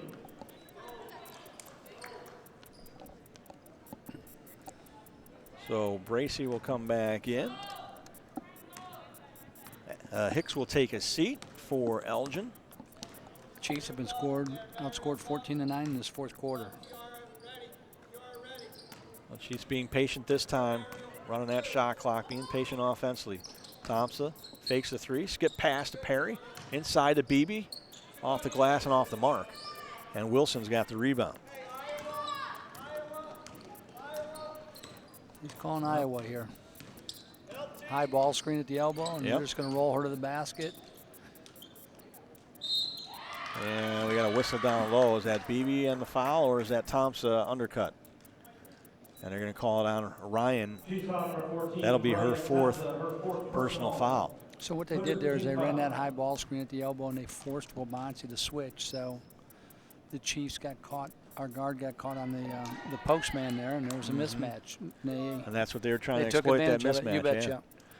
Well, so far they weren't able to take advantage as Bracey misses that first free throw. And the second one is good. So she's got 10 points for the game. Melissa Gittens checked back into the Chiefs lineup. As Perry will take a seat, Gittens will come in, so will Shockey. And Smith will go off, and she's laughing as she goes off because she didn't realize she was going out of the game and looked around. Hey, we got 6 players on the floor. Somebody's got to go off. Did you ever do that in any of your practices to maybe simulate another team's quickness and Yes. play 6 on 5, that kind of thing? Yep. We go 6 on 5, 5 on 4. Mm-hmm. Rayford drives, shot a little wild off the mark, and Franco comes away with it. Thompson kind of cuts her off here and forces her to pull it back out. Gives to Wilson. She'll pull up Jay is good. Mackenzie Wilson with her first bucket of the game. We had some new girls check in, and someone forgot their assignment there because she was sitting there wide open with no one guarding her. Under 3 minutes to go in our contest. BB tried to get down inside to Gittens, and it's stolen again. Now you're going to look back on this and say, you know what, the Chiefs are going to end up with more turnovers than the Spartans. No box out there, Steve. You know what? Franco. That's rule number 1. Got to box out the shooter. Turn, put a body on him. Franco very active there, gets her own rebound and gets the bucket. She's finally in double figures. Still below her average, but she's in double digits now for the game. Shockey to Gittens. Kicks it back out. Rayford's 3 from the top of the key is off the mark. And the rebound was hauled down by Villa, almost lost it. Now she'll push it up. Double dribble. There we go. Yep, double dribble indeed. He'll give it back to Wabansi. I thought he was going to miss that one real quick. Number 22, Amber Allen. We mentioned before that Elgin's scoring woes where they've scored under 50 points a bunch of times, and well, they're getting close now to getting over 50. The Chiefs have given up 19 in this 4th quarter. She's wide open. She's got to be ready to shoot that. Oh, her shot is off the mark. That's a 6, 7, 8 foot shot. No one was guarding her. Yep. Got to look to be ready to shoot it. Try to get underneath. Gittens will steal it, pull it away, gives off to Beebe. She'll push it up. She's going to drive, give off to Shockey. Ooh, a little step through. Euro step through. Wow. And Katie Shockey finishes. And the Chiefs lead is back up to 20. Avanti's led by as many as 30, now lead back to 20, 63-43, and now going to call Ryan Thompson for her 5th personal on the reach in. Franco's a good player. You can just see that in her skill set. Yep. So that will do it for Ryan Thompson. She will foul out with, I believe, 12 points. That's what I've got her for. I don't, could be wrong, but a nice game for Ryan offensively. Oh, you got to! Did you see that? That was from the corner, off the glass. They should give her 4 points for that shot, right? That's like a trick shot. Oh my gosh! Bracy with the 3 from the quarter off the glass. You said, people calling bank earlier. You got to call that. And now Gittens will lose it underneath and give it back to Elgin once again. So 1 minute and 1 second left in our game as Jocelyn Jefferson comes in for Gittens. The final minute of play here as the Chiefs look to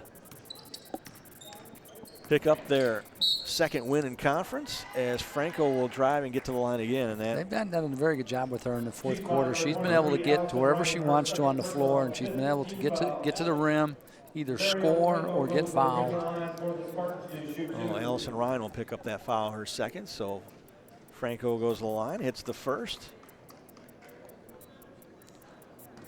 She's got a dozen for the game. And she missed the 2nd one. So Bracy leads them with 13. She's got 12. As we clock ticks down here, final minute of regulation. Chiefs again taking their time with the comfortable lead. Should mention Marissa Van Wy also into the game, sophomore from Indian Creek. I don't know about that call. I mean, I think it's the correct call, but I think it was after the shot, Steve. Yeah. And he's actually going to give her 2. Well, you know what? You said that they're. Well, Well, that's, I think, the discussion right now, whether or not it's got to be 5 team fouls to go to the line unless it's a shooting foul, and that's the officials are discussing that right now. And he is going to call it a shooting foul. So Jerry McLaughlin just shakes his head. What are you going to do at this point? Rayford will hit the first one.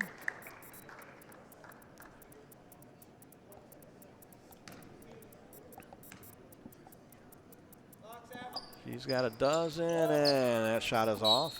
And it'll go back to the Spartans as last touch by Beebe. So final 30 seconds to go. I was just going to say, shot clock should be off. It's 29.6 left. So they need a 3 to get to 50. You thought you 2 minutes ago you thought they were going to have a good chance to get to 50.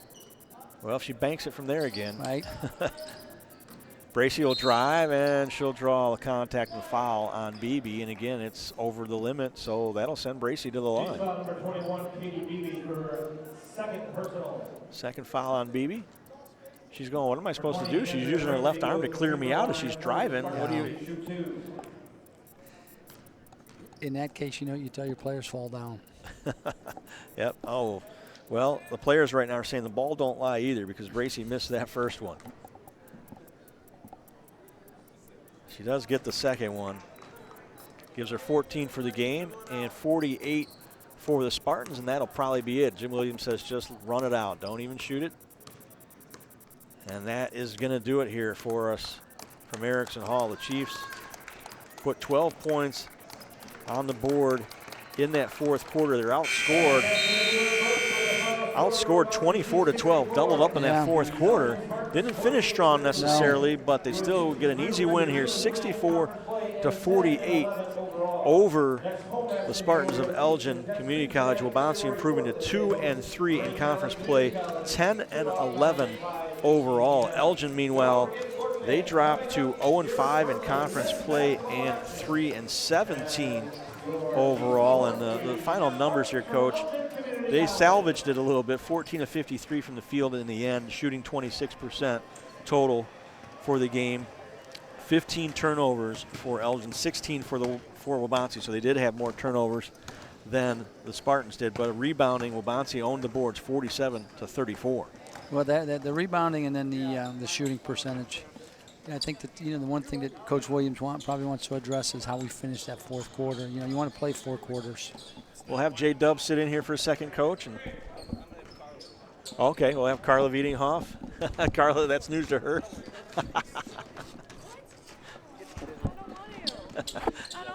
Oh no, we can hear that. Well, Carla Wiedinghoff, assistant coach, thank you for sitting down here with you. Yeah, no problem. With me, and just want to just talk about the game real quick. Obviously, a team, they've struggled offensively all year long. You guys really took them out of a lot of things they wanted to do early. They didn't shoot the ball well. What did you tell them at halftime when you have such a comfortable lead, and what did you say to try and keep the team focused? Yeah, so we just kind of focused on our defense to try to keep – we had a lot of steals, which is more than we normally have, so we tried to keep make sure our defense was good and just keep knocking down our shots. We missed a lot of easy layups there in the first half on the fast break, so just trying to keep them up to, kind of get those layups going. Finished with 11 steals that you mentioned there. Yeah. And the fourth quarter is the concern. Yeah. You only gave up 24 points for 3 quarters, and all of a sudden you give up 24 in the fourth quarter alone. That's something I'm sure we talked about. Definitely have to be talking about. Yep. And well. It was good. It was good though. We had finally had our whole team back. That was my next. People coming back. Malia Perry, she came in. It's her first game back for a while, so it was good to have finally, I think, everybody back in the mix. So. Yeah, that's the first time in quite some time. Yeah. At least 2 months almost 2 months you've had your full squad, everybody in uniform. Exactly. You mentioned Malia, 13 points, was very aggressive offensively. Yeah. And took her shot and looked good in rhythm. That's nice to see. Yeah, it was very nice to see. That's something we definitely worked on our time off, so it was good to see that she came out and knocked them down for us. And Ryan Thompson finished with 15 points, another spark for you before she fouled out. That's not somebody you normally get offensive production. It's nice to see her coming in and getting more comfortable in her shot. She's always going to give us that defense and, that hard work and rebounding, but it's nice to see her knocking down her shot too. Well, back to full strength, Yes. back on track here. Yep. It doesn't get any easier, though. You got No. McHenry County McHenry coming Thursday, up, and you've got a couple games yet against Moraine Valley, Yep. one that does count toward conference, one that is a non-conference Yeah. battle. Mm-hmm. So you still got your work cut out, but some good signs Yeah, tonight. definitely on the uphill, hopefully. Yeah. Well, thank you for stopping in, Yep. talking to us, and Yeah, good no luck. problem. And the Chiefs continue to roll, hopefully, Yes, here. yes, let's hope so. We'll bring Dave Heiss back in. All right, thank you. Get his final thoughts. Thank you, Carla. And again, the Chiefs with pretty comfortable win here, 64-48, and a couple other numbers real quick. Katie Beebe finished with 12 points and 11 rebounds, so another double-double for her. Essence Rayford finished with 12 points, 7 rebounds, and 4 assists. And should mention Perry also had 4 steals in there, Coach. So got contributions from your usual suspects, also Ryan Thompson, Leah Perry chipping in there. It looked good to have them back at full strength, basically everybody in uniform, and now it's time to get better for the stretch run and into the playoffs, hopefully. Without question, I'm sure Coach Williams was really happy to have everybody back, and now it's just a time. Now it's just a point of getting these girls used to playing with each other again, and creating some timing and some continuity and some togetherness. So I think hopefully in a couple weeks, when these girls have had a few more games under their belt, you're going to see that they're going to play a little bit better than what they did tonight. Well, they played pretty well for 3 quarters for sure. Didn't finish strong, but they did get the victory again. The Chiefs improved to 2-3 in conference play, 10-11 overall. Elgin drops to 0-5 in conference play, 3-17 overall. So that, again, the final score 64-48 in favor of Waubonsee. We're going to come back with a men's game at 7:15, a 7:15 tip-off here for the men's contest. So stay with us here on GoChiefs.com. We'll be back.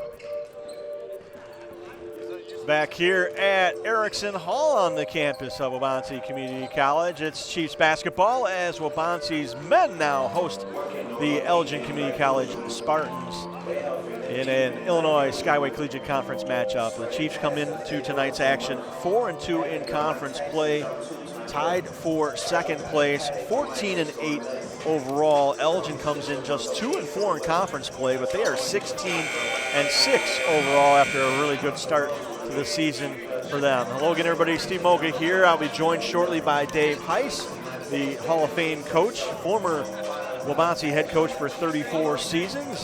This first year in semi-retirement. Here he is now, making his appearance fashionably late. No, I'm just kidding.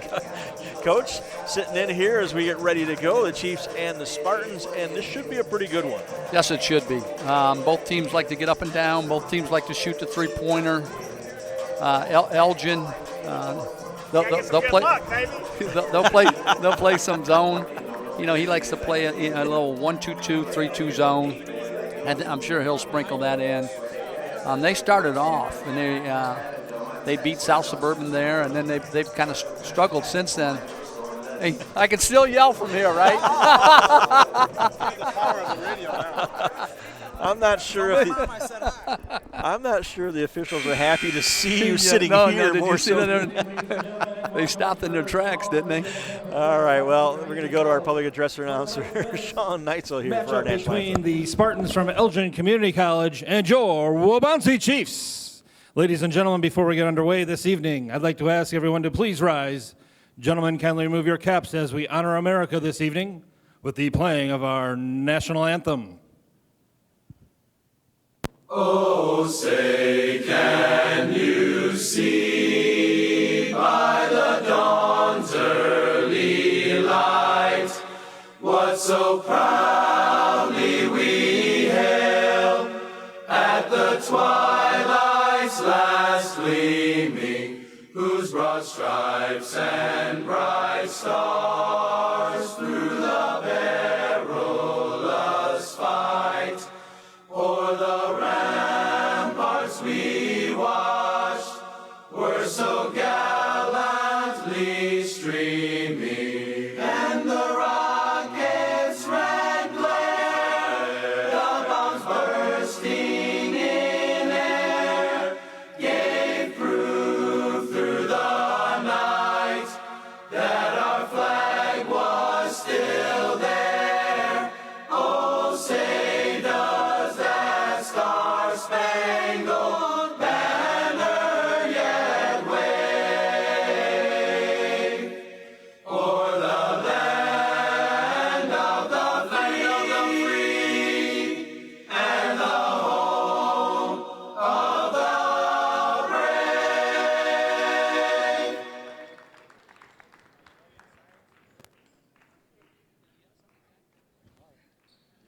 And now let's meet tonight's starting lineups. First for the visiting Spartans from Elgin Community College, who check into tonight's action with 16 wins and 6 losses and 2-4 in conference play. At 1 forward, a 6'4" freshman, number 0, Julian Harvey. At 1 guard, a 6-foot freshman, number 2, Jordan Wilkins. At another guard, a 5'10" sophomore, number 3, Kelvin Cortez Harvey. At 1 forward, a 6'4" sophomore, number 4, Trevon Montgomery. And at the other forward, a 6'5" sophomore, number 34, Ben Verslus. The Spartans are coached by Reed Nasbich.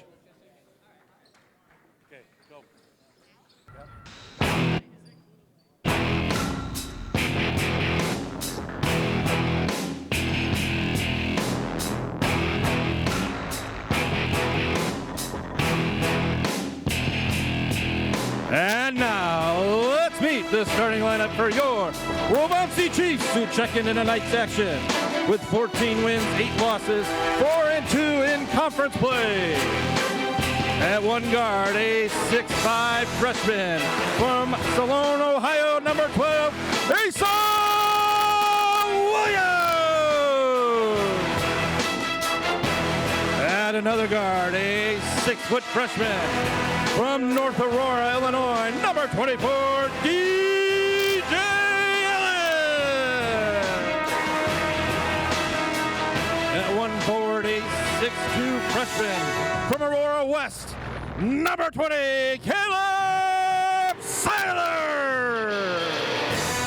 At another forward, a 6'2" freshman. From Chicago Bogan, number 22, Courtney Fields.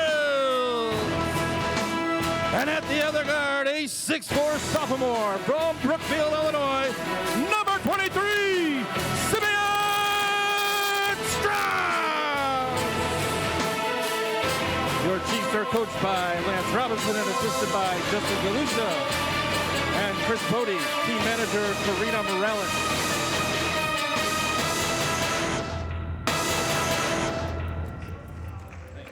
Well, I tell you what, Sean does a great job with those introductions. I think, if the Bulls are ever needing somebody.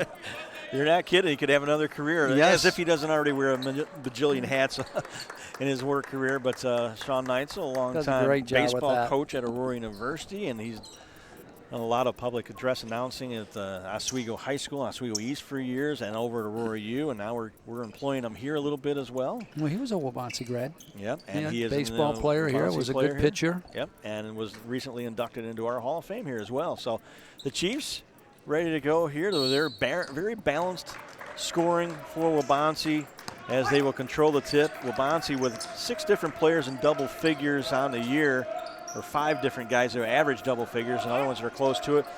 Elgin, meanwhile, it's really Kelvin Cortez Harvey. He's their guy. He averages nearly 25 points a game. So keep an eye on number 3 as we go here. Shot clock down to 10 already. DJ Ellis trying to break it down off the dribble. Give off to Williams. A long 3 by Ace short. And there is Cortez Harvey with a rebound. Both teams are going to want to push the ball and get it up and down, Steve. Nice move. Inside, and we're going to get a reach-in foul. Our officials, by the way, Rich Parsons, Nicholas Gonzalez, and David Hamill. Nicholas Gonzalez, the one there who says that we had a slap across the wrist, and that'll be DJ Ellis's first personal foul. Well, you're pre-game here. You had a long conversation with Coach Reed Nospish from Elgin, and you both coached against each other for quite a while, and it's almost like old homecoming week for you when you come here to see some of the guys that you coached against for so many years, and as officials as well. Yeah, I think they were a little shocked to see me sitting here. Julian Harvey hit the first one, missed the second one, so it's 1-0 Elgin here. Just underway from Erickson Hall. Steve Moga along with Dave Heiss, a Hall of Fame coach. A little cross screen right there for Caleb Seiler. That was a nice set right there that Waubonsie ran. The shot is off the iron. Cortez Harvey with another rebound. He'll be stopped by Strauss. Wilkins thought about the 3. Gives off to Verslis. This is Trayvon Montgomery with the basketball. Loses the handle. He'll now drive. Seiler straight up on him. Good box out. Courtney Fields had a great box out. Courtney Fields with the board indeed. Gets to the corner. Williams, another 3 off the mark. Tapped and pulled down by Montgomery. So the first couple 3s by Ace are off the mark. High ball screen. Wilkins, there's a double team, and wow, somehow he got that ball to Verslis as he fell down. Spartans will try and reset again. Good man-to-man defense here by the Chiefs. Shot clock down to 10 again. Long 3 off the mark. Wow, Montgomery high for the rebound. He just went and got it, Steve. Wow. You got to get a body on somebody when the shot goes up. What happens a lot of times is you get these players and they want to watch the flight of the ball when they should be looking for that man to get a body on. There was no one put a body on number 4. And that's what happens. That's the end result. It seems to be human nature. You just watch the ball instead of it. But as a player, you got to find a body. We used to emphasize that all the time. You really got to work on it. You don't have a big 6'10" kid that can clean up the boards for you. Yeah. Well, Montgomery cleans up that 3-point play, so it's 4-0 Elgin here at the outset. Again, the Spartans just 2 and 4 as Courtney Fields gets the good bounce, and the Chiefs are on the board. Well, the Chiefs are a little diamond press, low 1-2-1-1. Then they're going to fall back into a man.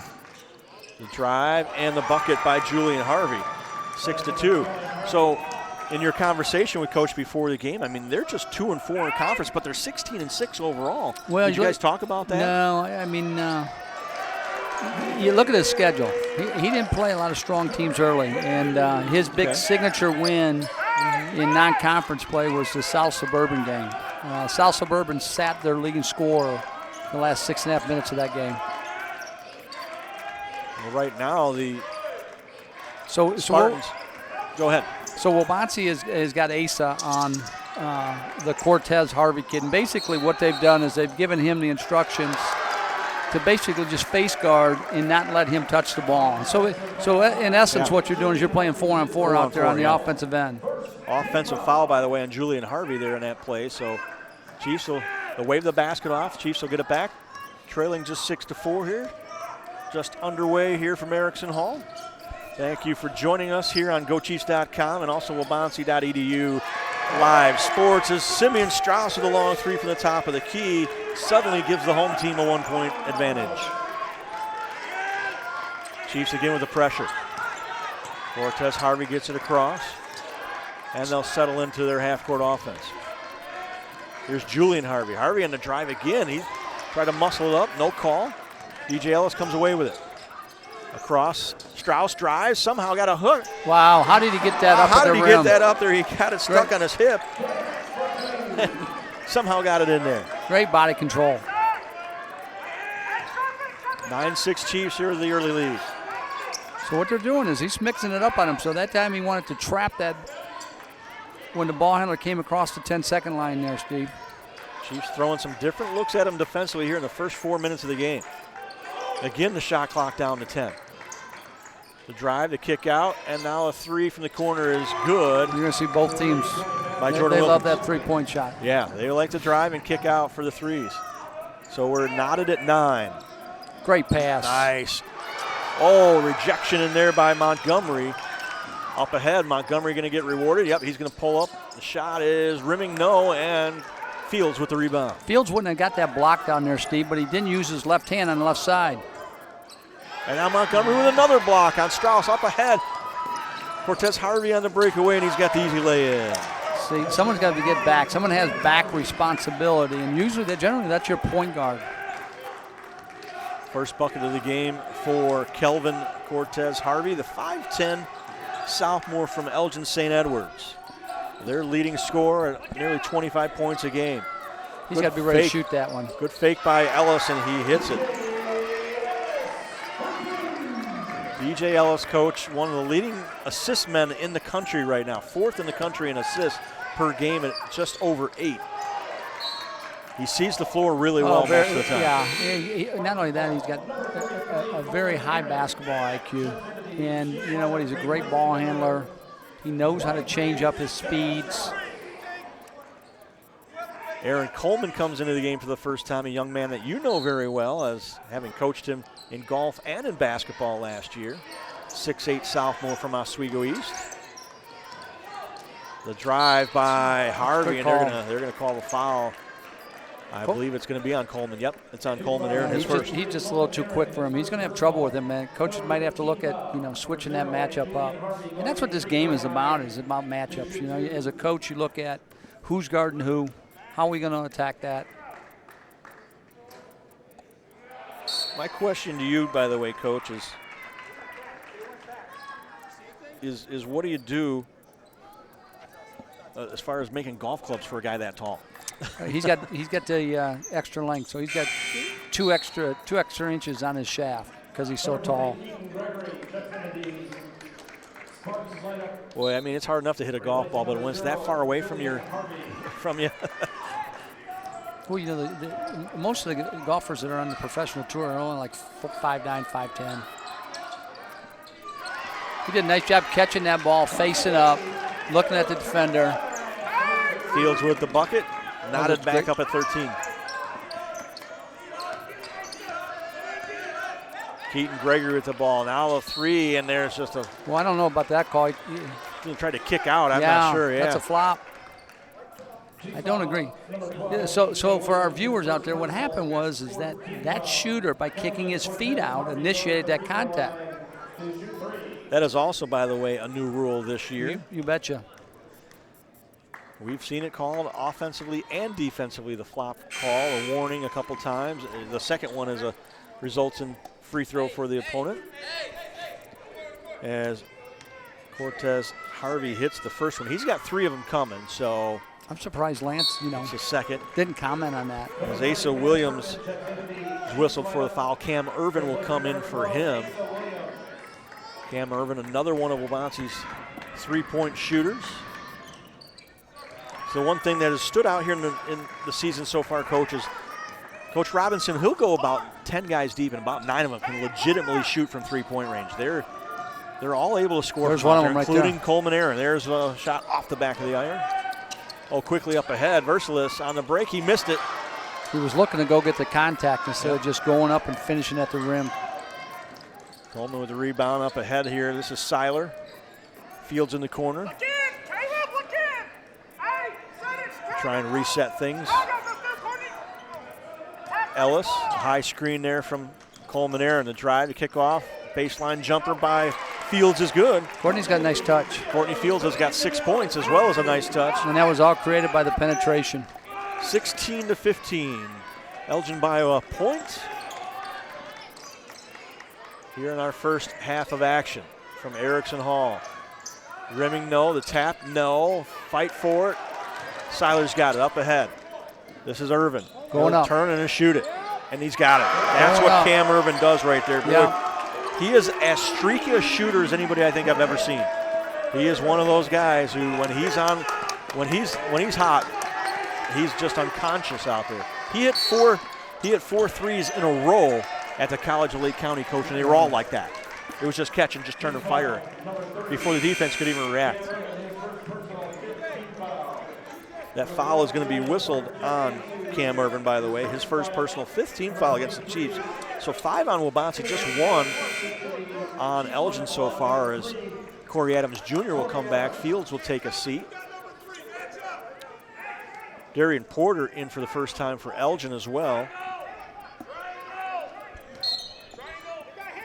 Simeon Strauss came back in for for the Chiefs, I should say.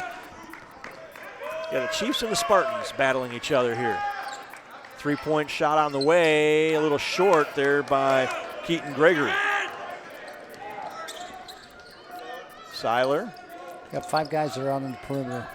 Everybody around the perimeter, and that middle was wide open. That's why Seiler looked to try to drive to the bucket all of a sudden. Well, not that, but it brings somebody in on that backside on a flasher. Yeah. You know, the other thing that bothers me about that possession, everyone's just standing there. You got to get some movement off the ball. That's fine if you want to run 5 guys out on the perimeter, but get some movement. 18-16, Chiefs with the screen-to-screen lead. action. There it is. Good nice play. Nice screen. Nicely done. Coleman Aaron's first bucket. And the Chiefs' lead is now 4. They're running a screen-to-screener action on that last out of bounds, and Corey set a nice screen for Coleman.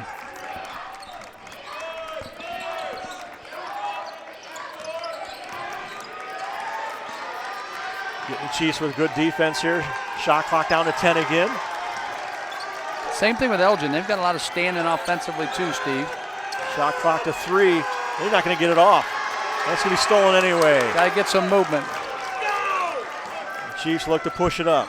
Seiler, get it back out to Strauss, and they'll set things up. And we'll come off that high ball screen. Nice pass. See, I would like to see Coleman keep that ball up on that catch. See, no one's back. Short. Someone's got back responsibility on that, Steve. Yep, and Kelvin Cortez Harvey takes advantage, gets the breakaway layup. That's 2 runouts they've gotten on missed shots. Well, Irvin took the 3, and then he tried to follow his shot, and there was no one back because Coleman Aaron had kind of rotated away, and now the foul, offensive foul on Cam Irvin, his second now. DJ Ellis is going to come back in. He's going to replace Caleb Seiler. They're going to leave Irvin out there with the 2 fouls. 6th team foul against Waubonsie already, so that will put the Spartans in the bonus. They call an offensive foul, a moving screen down here. On Caleb, right? No, on Cam Irvin. Okay. I thought they gave it to Caleb. That's why they brought him out. Oh, just a 3 and just nothing to it there for Darian Porter. Well, no, more importantly, Sim was guarding him and had his hands down. Someone's got to get out and challenge that shooter. Caught him off guard. It's a 1-point lead now for Elgin. Coleman Aaron shot from the top of the key is good. A three-pointer for the big guy. And he can hit that. You know, he's kind of that stretch post player that he's better out there behind the arc. He's got 5 points. The Chiefs are up by 2 here as we've played 9 minutes. 23-21. Steve Moga along with Dave Heiss here from Erickson Hall. And reach in on Sim. And, yep, going to get a reach-in foul. It's going to go against Simeon Strauss. That'll be his first personal, and the 17th foul will send Darian Porter to the line.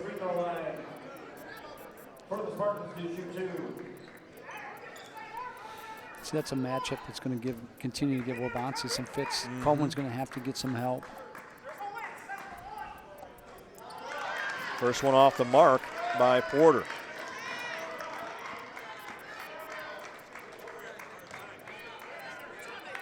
Porter, a 70% free throw shooter on the year coming into tonight, and he hits the second one. So it's a 1-point game, 23-22. Kind of what we expected so far, up and down and a close contest. Neither team with much of a lead here up, so and then far. there'll be a cross screen, a back screen over here. And they're bringing Sim back up. Nice spin, nice move. Nice spin to the middle, nobody there, and DJ Ellis finishes it. He's got 6, so the Chiefs lead is back up to 3. He can get downhill, and that's what they call it when the player with the ball, can get to the rim. Well, he's the engine that really makes these Chiefs go in a lot of way, Coach. There's another long three, this time by Cortez Harvey. Well, he's got 10 points already in double digits for him. Is that high screen? Oh, Coleman was open on the roll. Ellis. He should have looked for Coleman on that. Ellis' shot is off. We're midway through the first half, knotted at 25. And now the ball stripped. Corey Adams comes away with it. He'll push it up. And now his ball's tipped away from him, and what do we got? Jump ball. Are we going to call time? They're going to give him a timeout before the jump. So the Spartans the Chiefs will take a 30-second timeout here. And again, while we've got a moment here, the 30-second timeout, we'll mention the current standings. Moraine Valley in first place at 5-1, 17-4 overall. They're getting some votes in the latest rankings. Prairie State is 4-2. 14-7 overall. Waubonsee also 4-2, 14-8 overall, and Morton is 4-2, just 11-10 with an overall record. And then you got Lake County, another formidable team right there. They're 3-3, but they're 15-6 overall. Elgin, as we mentioned, just 2-4 in the conference, but 16-6, a pretty good overall record, even though the strength of schedule maybe hasn't been what it hasn't been other times. But and then you got McHenry County at 2-4. They're 8-13, and Oakton 0-6 down at the bottom, just 3-18. And I know Mick and Lewis have not been happy with the way things have gone for their team so far this year, but everybody else seems to have a legitimate shot at knocking off it on any given night. Well, that's what Coach told me before the game. He said Reed said he thinks this is the strongest the conference has been from top to bottom. Oh, Fields misses a point-blank shot, and Harvey will come away with the rebound. Boy, prime opportunity to score there for the Chiefs off that. That's good execution. Just didn't finish. No, it just didn't finish. It's out of bounds. Out of bounds. Good pressure defense by Corey Adams. Asa Williams stayed low. Yeah. For the viewers out there, the young kids, what he was is he was in good position. He was low in the stance, and he had active hands on the ball. A lot of kids want to defend the ball handler standing straight up and down. Oh, not a good idea. No. You have no lateral movement when you're straight up and down. Swing it. Stay. Up the drive here by Fields. He'll kick it back out to Adams. Into the corner to Williams. And there's a reach and a grab right there, and it's going to be a foul on Darian Porter. See, I wished Courtney would have finished at the rim. He was inside the paint. I like the unselfish pass, but he was deep enough. If he'd taken one more dribble, I think he could have got to the rim. Yeah, you got to be able to make that split a second decision. And he did get deep enough. He probably could have gotten a little running one-hander away there and would have had a pretty good shot at scoring. Still knotted at 25 all. 9 minutes to go here in our first half. Corey Adams with the three, and he's got it. Well, deep three. His first triple of the game, and the Chiefs back up by 3. Well, a week ago tonight, the Chiefs were at the College of Lake County in just an incredible dogfight. They lost in double overtime, 109-100. They made 18 three-pointers in that game, the most in a single game in school history. They shot the most threes ever with 44. And it was just a game that went back and forth, and both teams were shooting like that, Coach. And it was an intense game and a tough one. And both teams lost their following games, drained emotionally and physically, I think. And there's another one off the mark. But in that game, Asa Williams had 7 threes. He tied the school record for threes in a single game set by Danny Fernandez back a few years ago, just a few years ago. Danny, the native of Florida, that was here. And in that game, Cam Irvin also had 6 made threes. And that is one of the strengths of this team. When they're shooting well from out there, they are dangerous. But not sure where that pass was going. It was picked off by Cortez Harvey. He'll drive, scoop, a wild shot, and Ellis has got the rebound. And it's getting a little sloppy here these last few possessions by both teams. Everyone wants to go to that three-point shot. Courtney hit that one, but that last, they just called it technical. I didn't see it, Coach. I was writing that down as Courtney Fields hits the three-pointer. That gives him 9. Call the foul on Courtney. Call a technical foul on Corey Adams, and he's not he didn't know what he did. He said, I didn't say anything. Technical foul number 3, Corey Adams, his first personal foul. 8 team foul.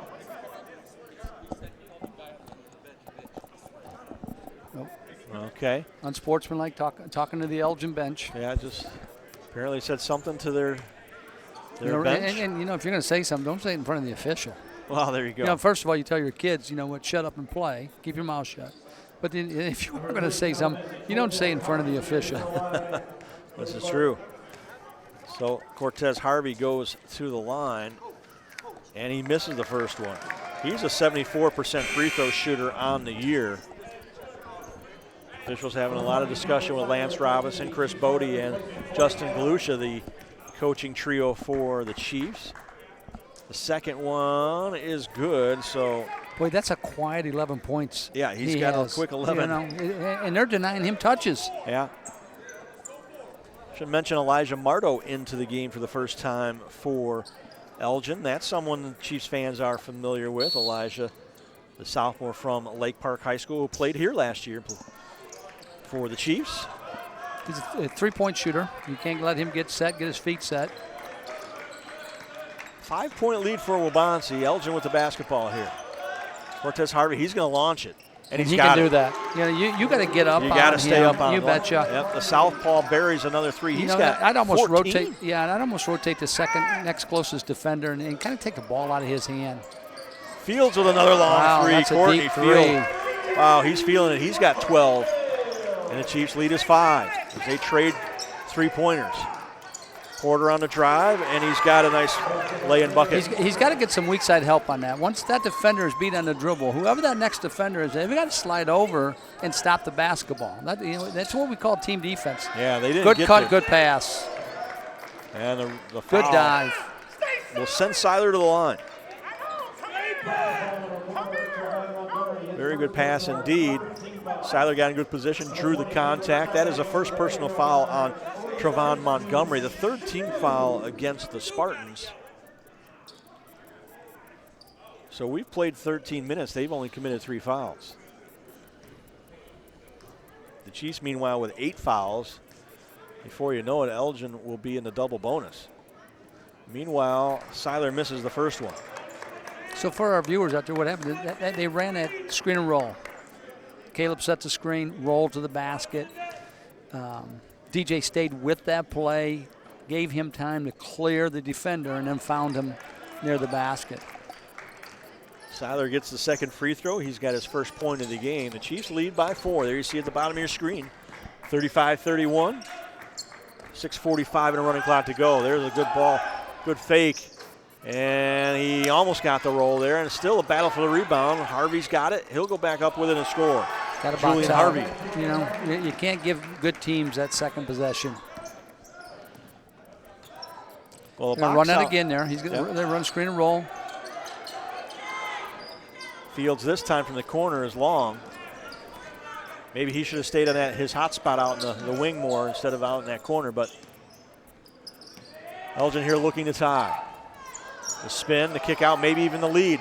Marteau, his 3 is off. Strauss high for the rebound. He'll give off to Seiler. Here come the Chiefs. On the attack. Nobody picks up Seiler. He goes all the way to the rim. Caleb Seiler, nice take to the bucket. You know, as a coach defensively, someone's got to step up and stop that ball. And now the three-pointer by Trayvon Montgomery brings Elgin back within one. It's raining threes, Steve. It is. The temperature outside might be 28 degrees, and the forecast might be for clear skies, but in here it's raining. The foul against Elgin is going to be whistled on Cortez Harvey, so that'll be his first personal, and that will send Caleb Seiler to the line again. Yeah, I can't wait to get the halftime stats because it's going to be interesting to see between the two teams how many attempted and how many made threes. But we knew that coming into the game. Both teams love that three-point line. Speaking of three-pointers, Cam Irvin will come back in, one of the Chiefs' leading three-point shooters. I'll mention that now. You brought it up, Coach. Asa Williams has made 55 threes coming into tonight. Cam Irvin, 49. Then you also have 42 by Corey Adams, 23 by Simeon Strauss, another 17 by Fields, another 31 by DJ Ellis. You got all these guys in double digits making three-pointers. Coleman Aaron's got 30 of them. I mean, you got a lot of different guys to try and defend. Yeah, makes it difficult. The spin move, the lay-in, for the tie. It's off the mark by Porter. Got to use the backboard, Steve. Yep. We preach that all the time. Irvin on a drive, and he's fouled by Mardo. See, they need to attack that.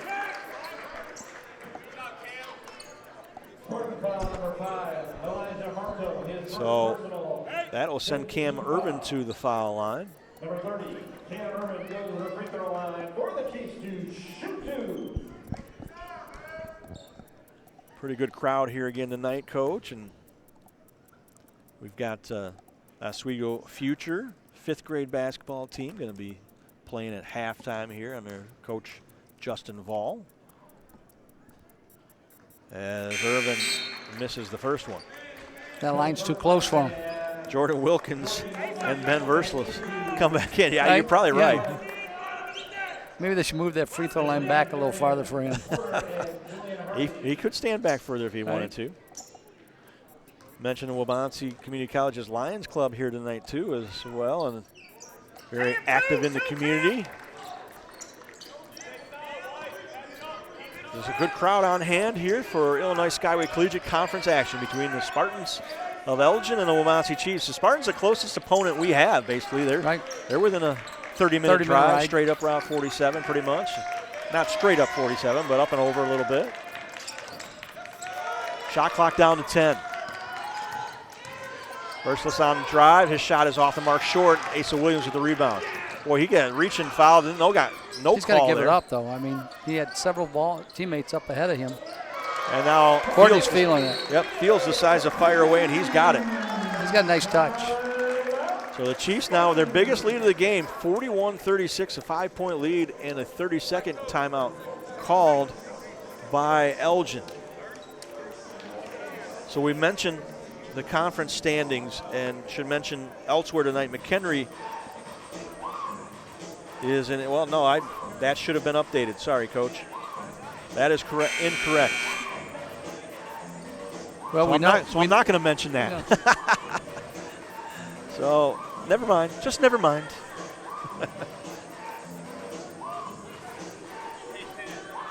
So, in all the years you coached here at Waubonsee, all-time winningest coach in Illinois Skyway Collegiate Conference by far, I should mention. More than 100 wins over the next closest guy.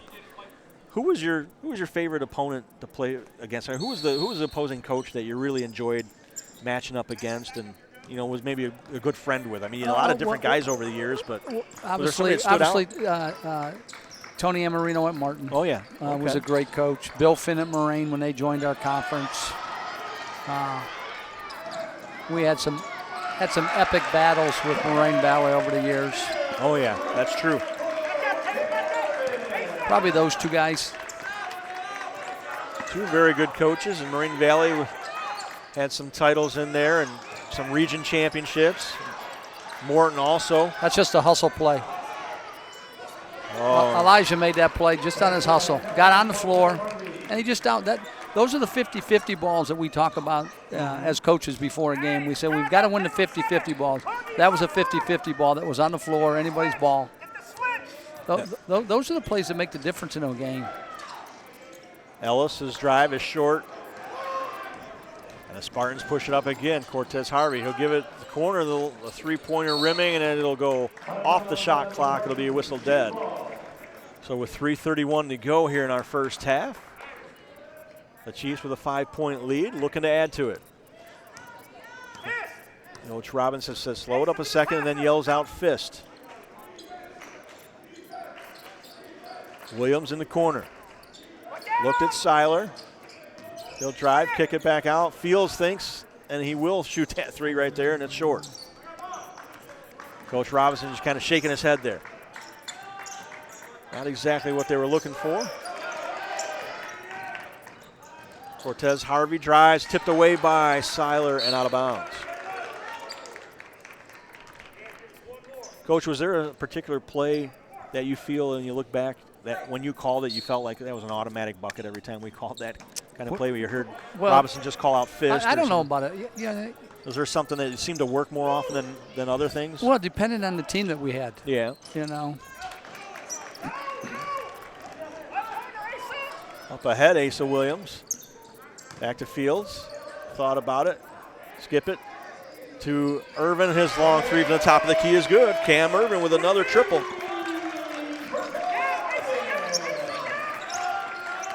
And the Chiefs with their biggest lead at 46-38. Now the three-pointer, and the answer is not good as Ellis gets the rebound. See, I don't know why he takes that shot because he's so good. He's so good at getting at the rim.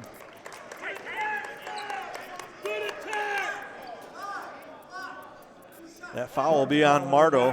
Elijah Marto's second personal, so it'll send Cam Irvin to the line. And official's going to call timeout here. There's a scratch, or DJ Ellis is bleeding, so they're going to make him come out of the game. Have the trainer here take a look at it. It's a pretty long scratch on his arm. So they're going to make a sub come in. Are they not? Yep, Simeon Strauss is going to come in for him. And they're going to make DJ Ellis go to the locker room, get a different jersey, I think. No, I think what he's doing is he's having Teddy switch shorts with him.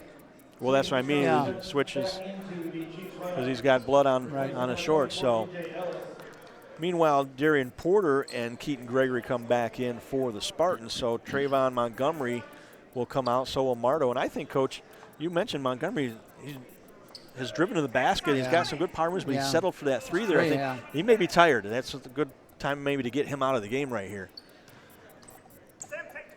2:17 to go until halftime. And well, Irvin hits the free throw. Part of being a good player, Steve, is playing to your strengths. Yeah. Understanding your strengths. Wabanski's had trouble containing him when he wants to put the ball on the floor and get to the rim. Well, I say that quite often to guys. Know what you do and do it well. Yep. Don't try and be something you're not. And sometimes guys want to fall in love with a particular shot or try and do something. I'm going to go for the home run three-point ball here to try and get my team back in it, even though it's not the best part of their game.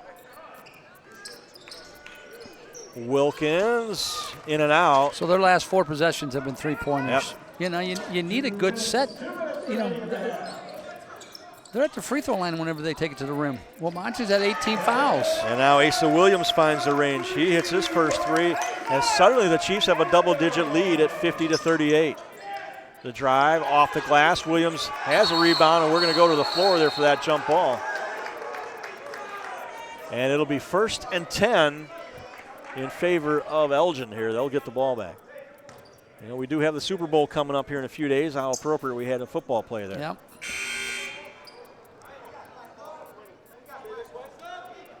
And, of course, you and I are partial to Chiefs, so that's also why we picked the Chiefs to win that Super Bowl. That'd be the Kansas City Chiefs. Williams will come out. And Elgin will look to inbound off to the side here. So the Spartans get it on the alternate possession. Jordan Wilkins with it, guarded by Cam Irvin. We're under 2 minutes to go here in this first half of play. Well, they just missed a foul there. They just grabbed a hold of the Cortez kid was running the curl. Yeah. Seiler with this rebound. He'll bring it across. Nice pass to Fields, and they'll go up for the two-hand jam. Courtney Fields with the flush. Coach Heiss still coaching here from the scores table, still coaching. 52-38, Chiefs by 14 now all of a sudden. And now we got an offensive foul. They got up, beat him to the spot, and then he extended his arm. Reed's not happy about that one. I thought it was a pretty good call. Jordan Wilkins picks up his first foul, and Reed is very hot. And as a matter of fact, the bench is going to get a warning. The Elgin bench is going to get a warning here at this point.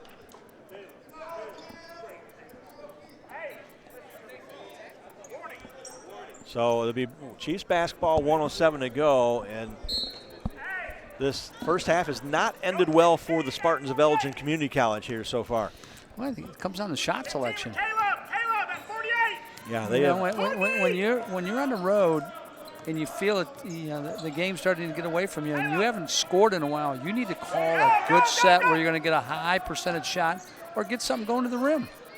Or the long three right there. Ellis and the Chiefs get the rebound. Urban will launch another one, and that's an air ball. Well, that's 2 area codes over. The Spartans will look to get their deficit back down to single digits here. And the foul now on Courtney Fields. That will be his first personal, I believe. Yep. And that will send Cortez Harvey to the line again for 2 more shots.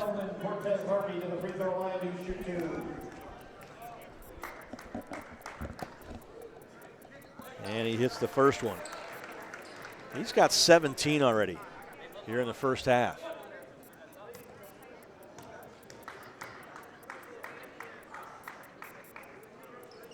And he hits the other one as well. So that's quite 18. It's down to 12, but the Chiefs will have the ball here and can hold for the last shot. So they'll have at least a double-digit lead you would expect going into the locker room. DJ Ellis will stand here, 15 seconds to go. And now the Chiefs will attack. Look for the back cut. Nope. Fields with it. Got 5 seconds, got to go. Oh, he's open on the roll. They jump 2 guys out. Now he's going to drive, gets it off, and gets the foul with 0.2 of a second left. Wow. He had Courtney open on that roll. He's got to recognize that. Well, you get down to about that 4 seconds left, Coach, and guys are thinking, I got to drive, I got to make something happen. And DJ Ellis tried to, and he'll get to the line and he'll hit this first free throw. Now with 0.2 of a second left, the half's essentially over. I'm not even sure why they have people line up when there's only 0.2 of a second, right? They don't let you inbound if there's only there's less than 0.3 of a second left in the end of the game. You don't even get to do anything. Well, at any rate. They could put Coleman on the ball and make it difficult for them to make a pass. Yep, they'll put the bigger body, taller man up on the inbounder here so they can't get a long throw off very easily. And that will do it. The Chiefs with the 53-40 lead here at halftime. 53 points in the first half already for Waubonsee, led by Courtney Fields.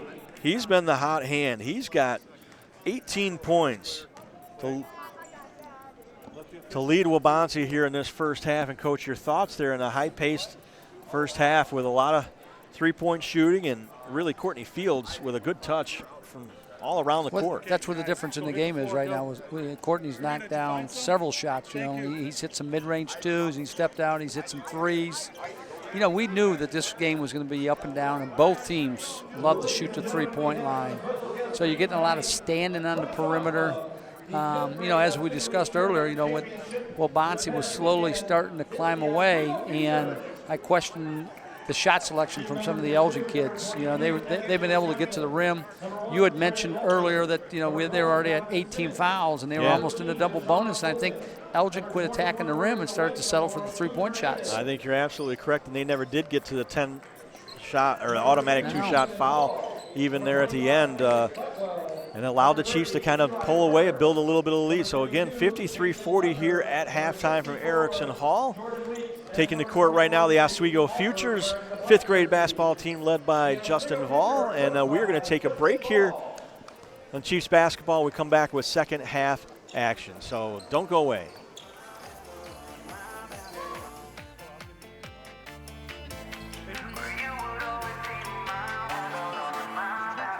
That's a basket by number 22, MJ Johnson. Catch my breath so I would stop second guessing. When we danced together, yeah, you taught me a lesson. 'Cause you're my Babylon, Babylon. With you, I'm running wild. With you, the city comes alive. With you, we'll set it all on fire. 'Cause you're my Babylon, Babylon. So won't you take me back, back where we were covered in champagne, and everybody thought we were insane. Well, you will always be my Babylon, my Babylon. So won't you take me back, back to where I knew you would save me, where everyone else thought I was crazy, where you would always be my Babylon, my Babylon, my Babylon, my Babylon. Basket by Jordan Weeks, number 64.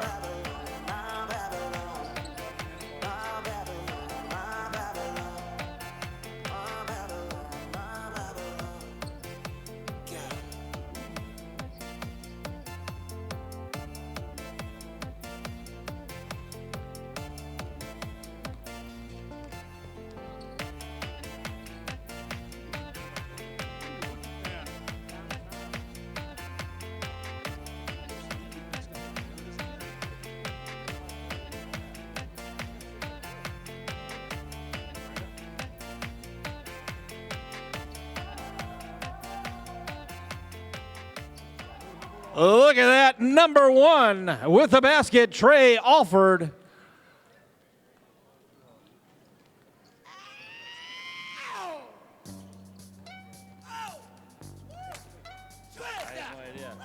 There's a steal.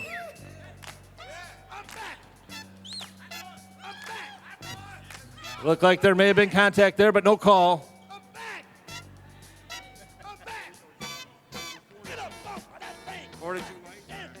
Current score is 4-2, the white team.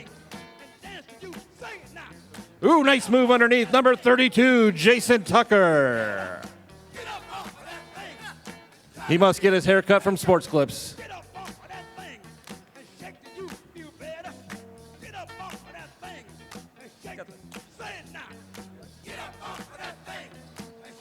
We got about 4 minutes. 4 minutes remaining right now.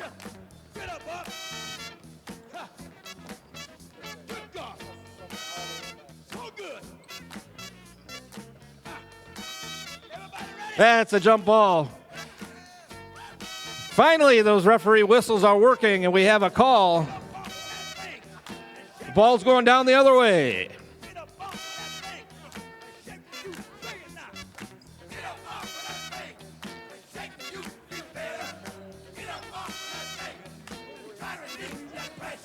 Simmons goes up, and he scores. That's right, folks. That was number 12, Donovan Simmons. I think he's another steal for Simmons, and he's got another bucket.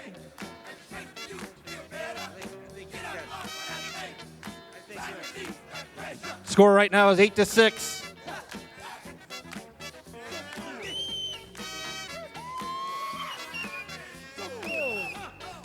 That's a putback there with some contact.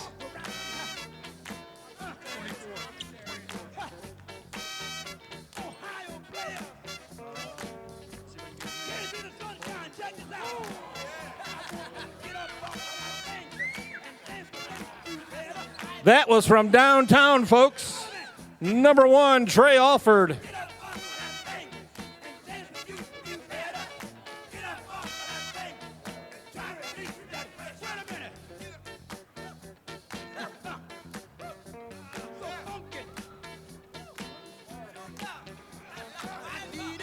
Look at that run on the floor. Number 32, Jason Tucker. I think the officials need more conditioning. They're having a hard time keeping up with the fifth graders.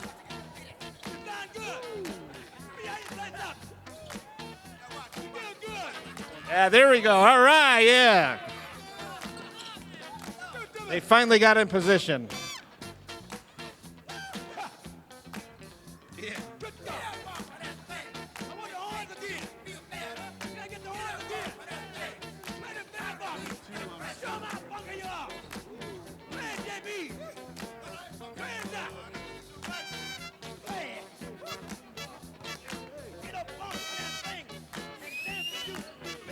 Nice pass from Isaac Blackwell to number 30, Eli Carter.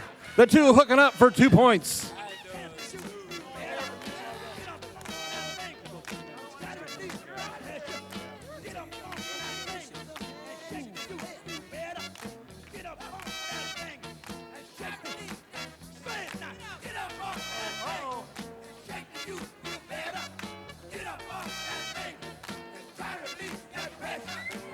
Weeks with the putback and 3 rebounds.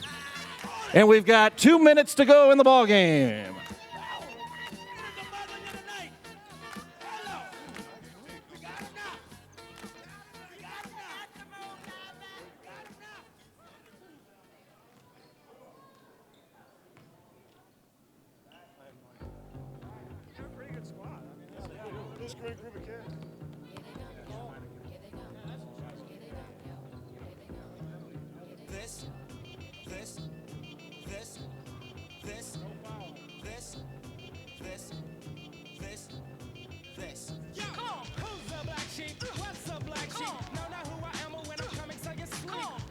That's number 64, Jordan Weeks once again.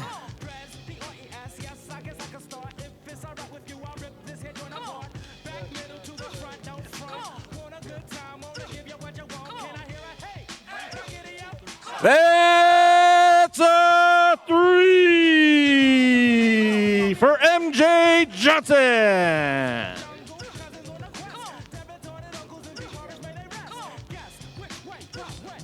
We've got 30 seconds left in the ball game.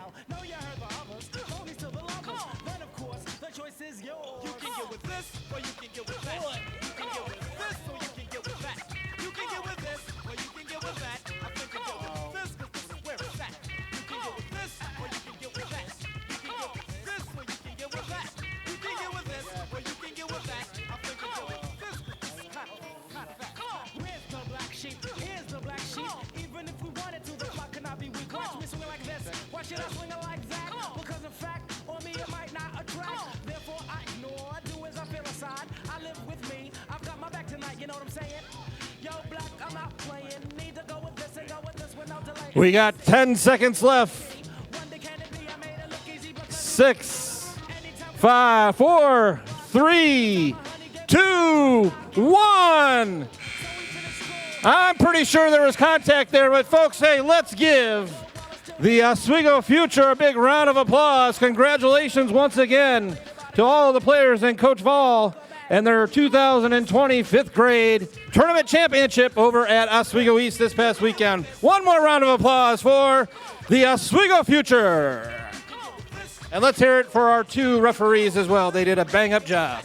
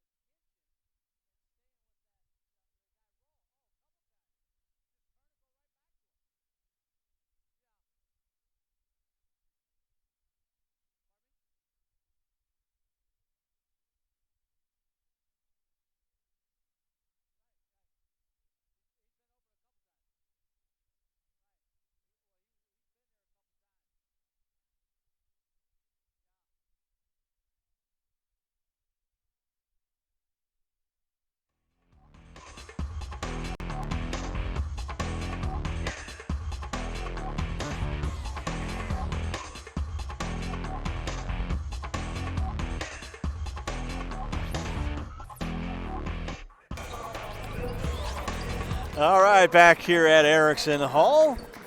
The Chiefs with a 13-point lead, 53-40 here at halftime. Steve Moga along with Dave Heiss.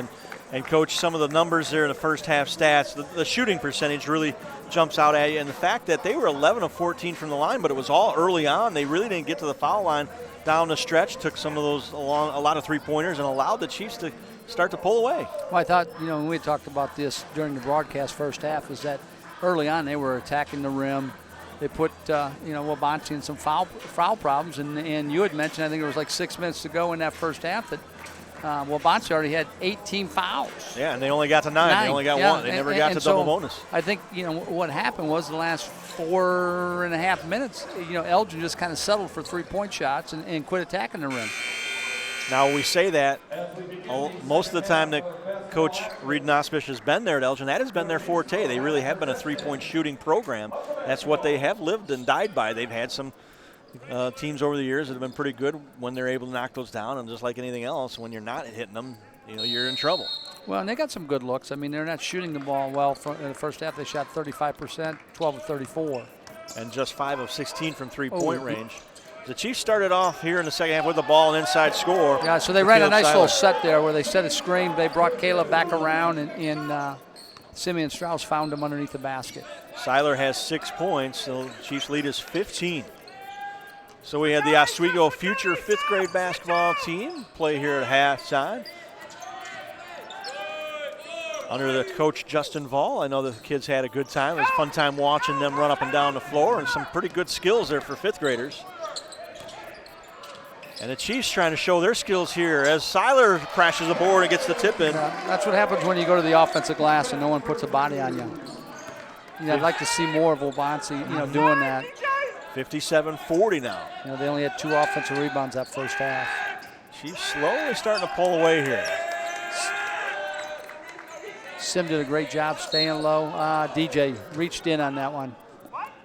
Well, Montgomery going back to that drive trying to take it to the basket. Rich Parsons is going to say that's a shooting foul, and Lance not very happy with that. Lance Robinson going, you got to be kidding. Lance is saying that he lost the ball.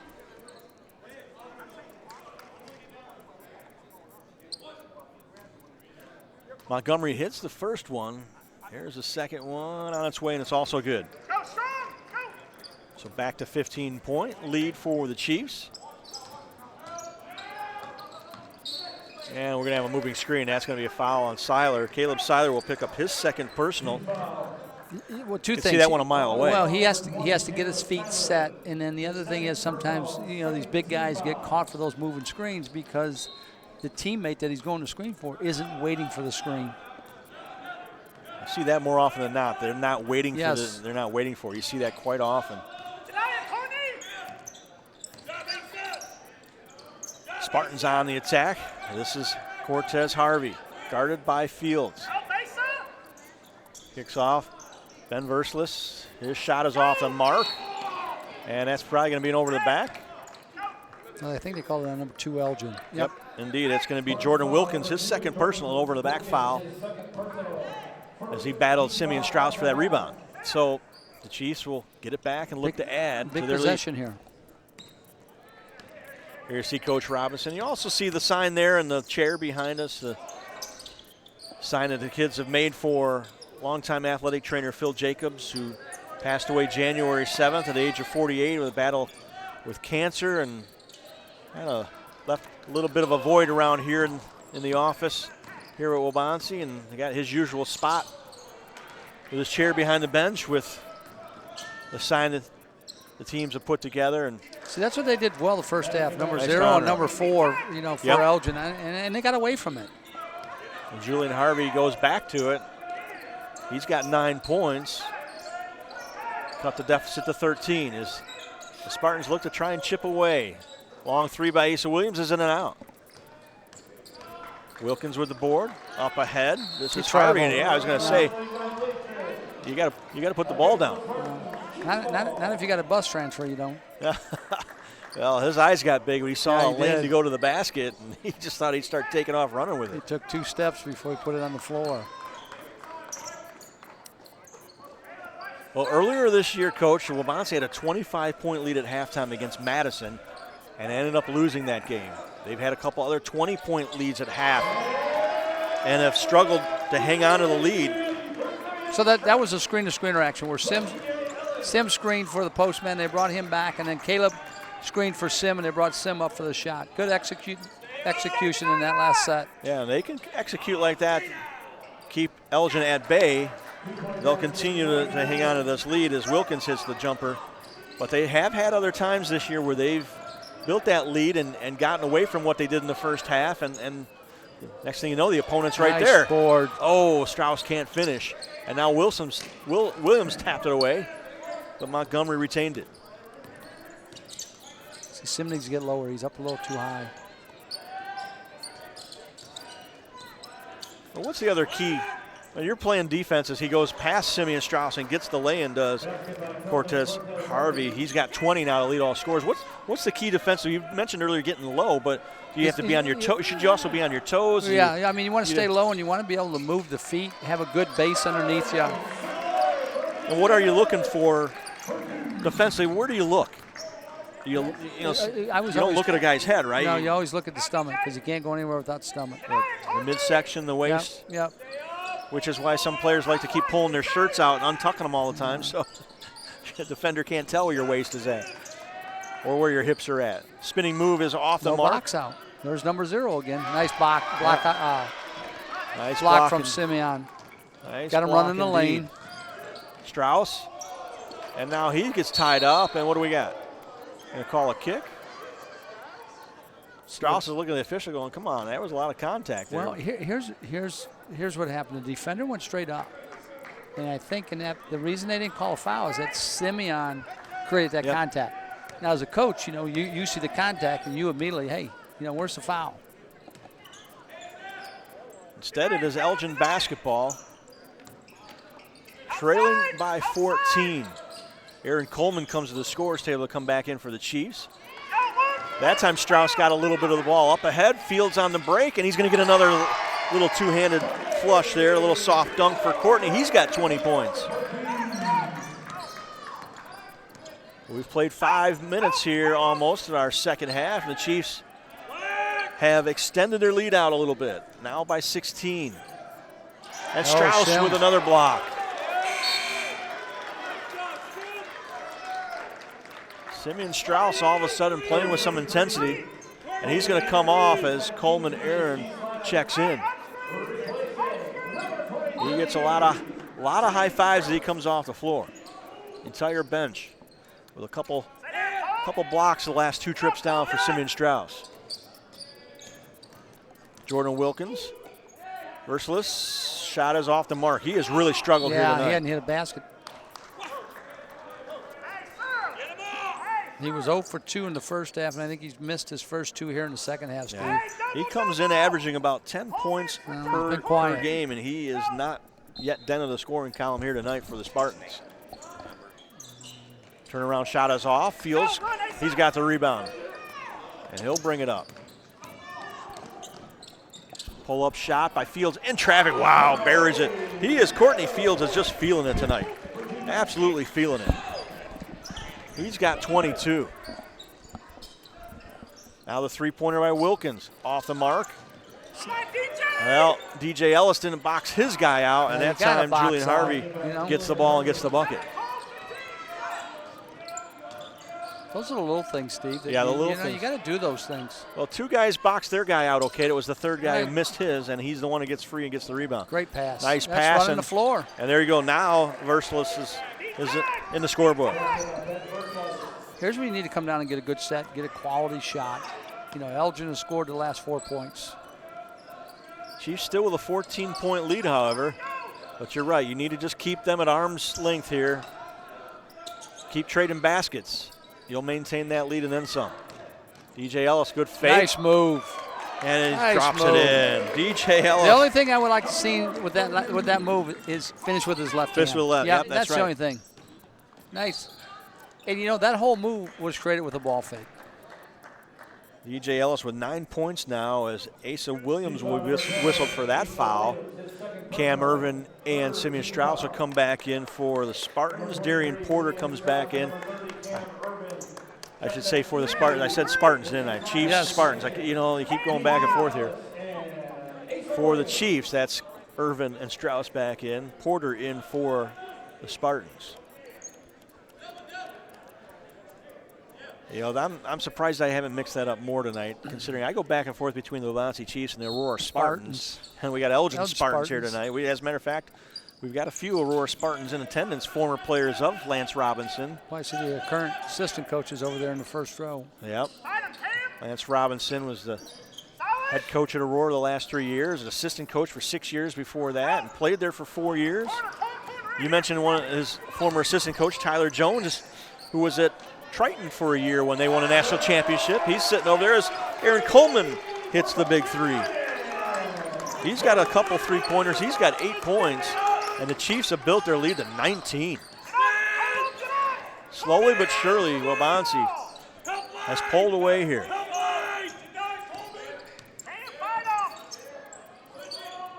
Almost threw it away. This is Wilkins. Shot clock down to 10. Fadeaway shot is good by Julian Harvey. He's got 6 in this half, 13 for the game. Actually, I put that around Montgomery with that bucket, not Julian Harvey. So Montgomery's got 10. Oh, there's pass looking inside that's for a tough Coleman. Pass, and then no one's getting back. And the follow-up is good right there by Julian Harvey. So now Harvey's got 13, and he's going to go to the line looking for his 14th point of the night as the foul is whistled against, I believe, Simeon Strauss. Yep. Strauss got it. See, they get out in transition, they miss, and then that's just a hustle play. And the Elgin kid beat the Waubonsee player to the boards.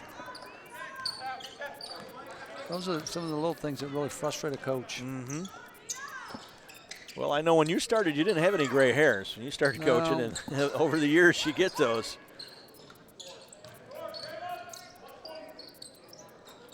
I think he got hit. The fade away by Seiler is good. He got hit, too, on that.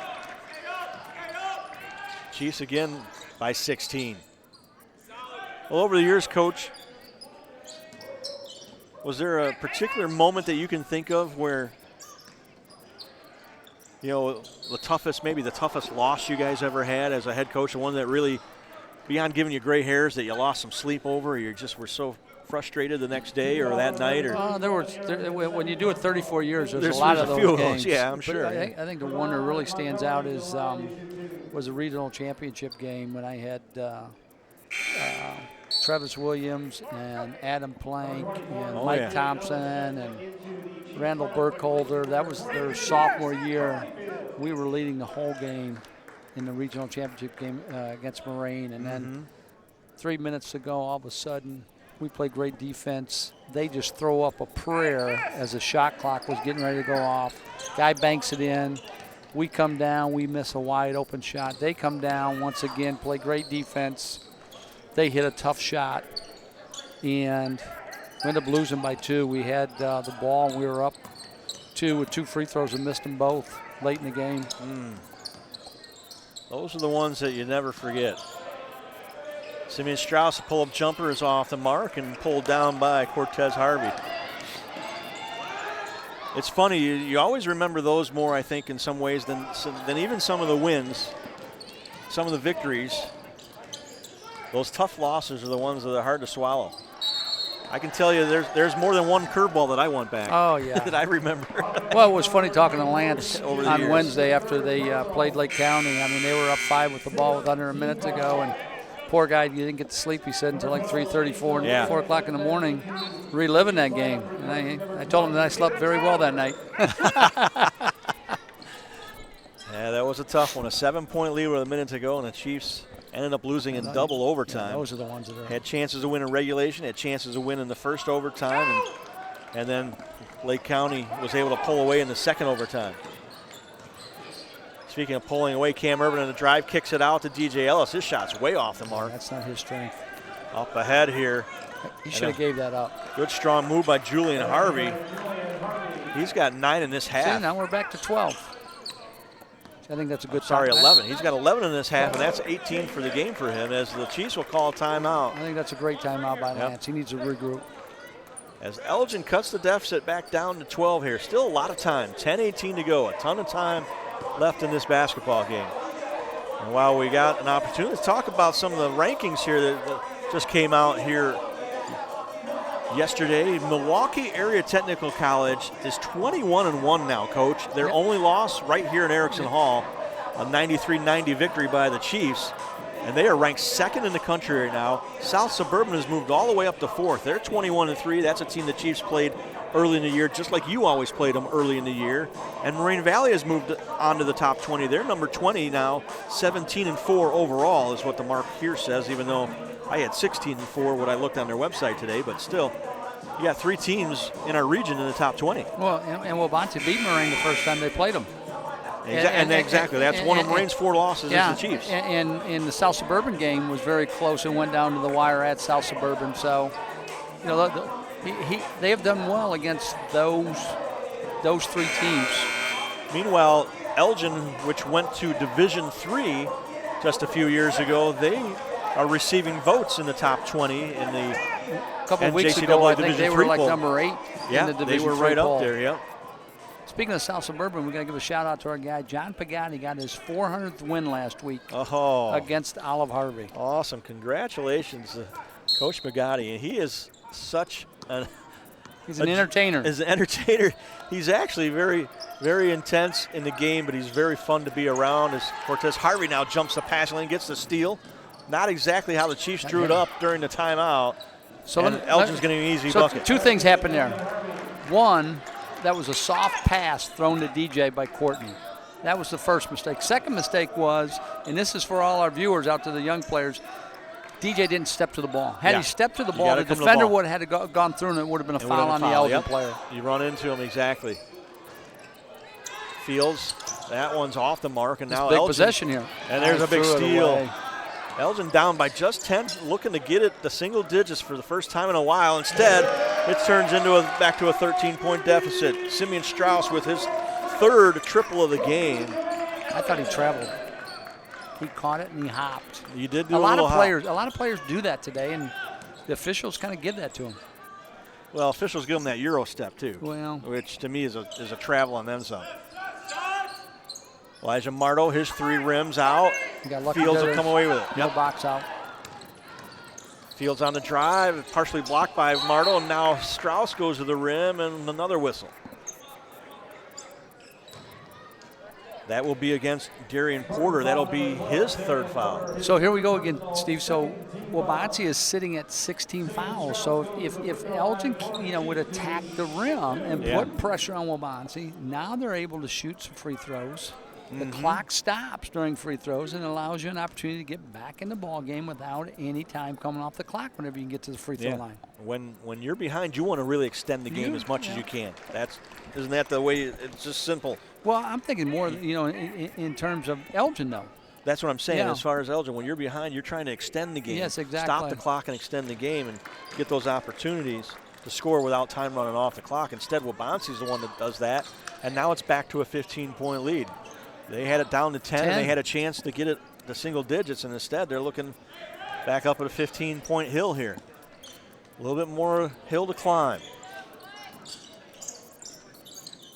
Cortez Harvey, a lot of contact with Irvin, but he'll get the shot off and he'll score.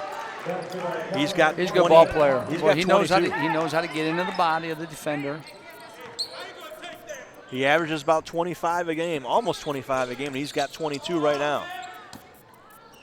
Still 8.5 minutes to go.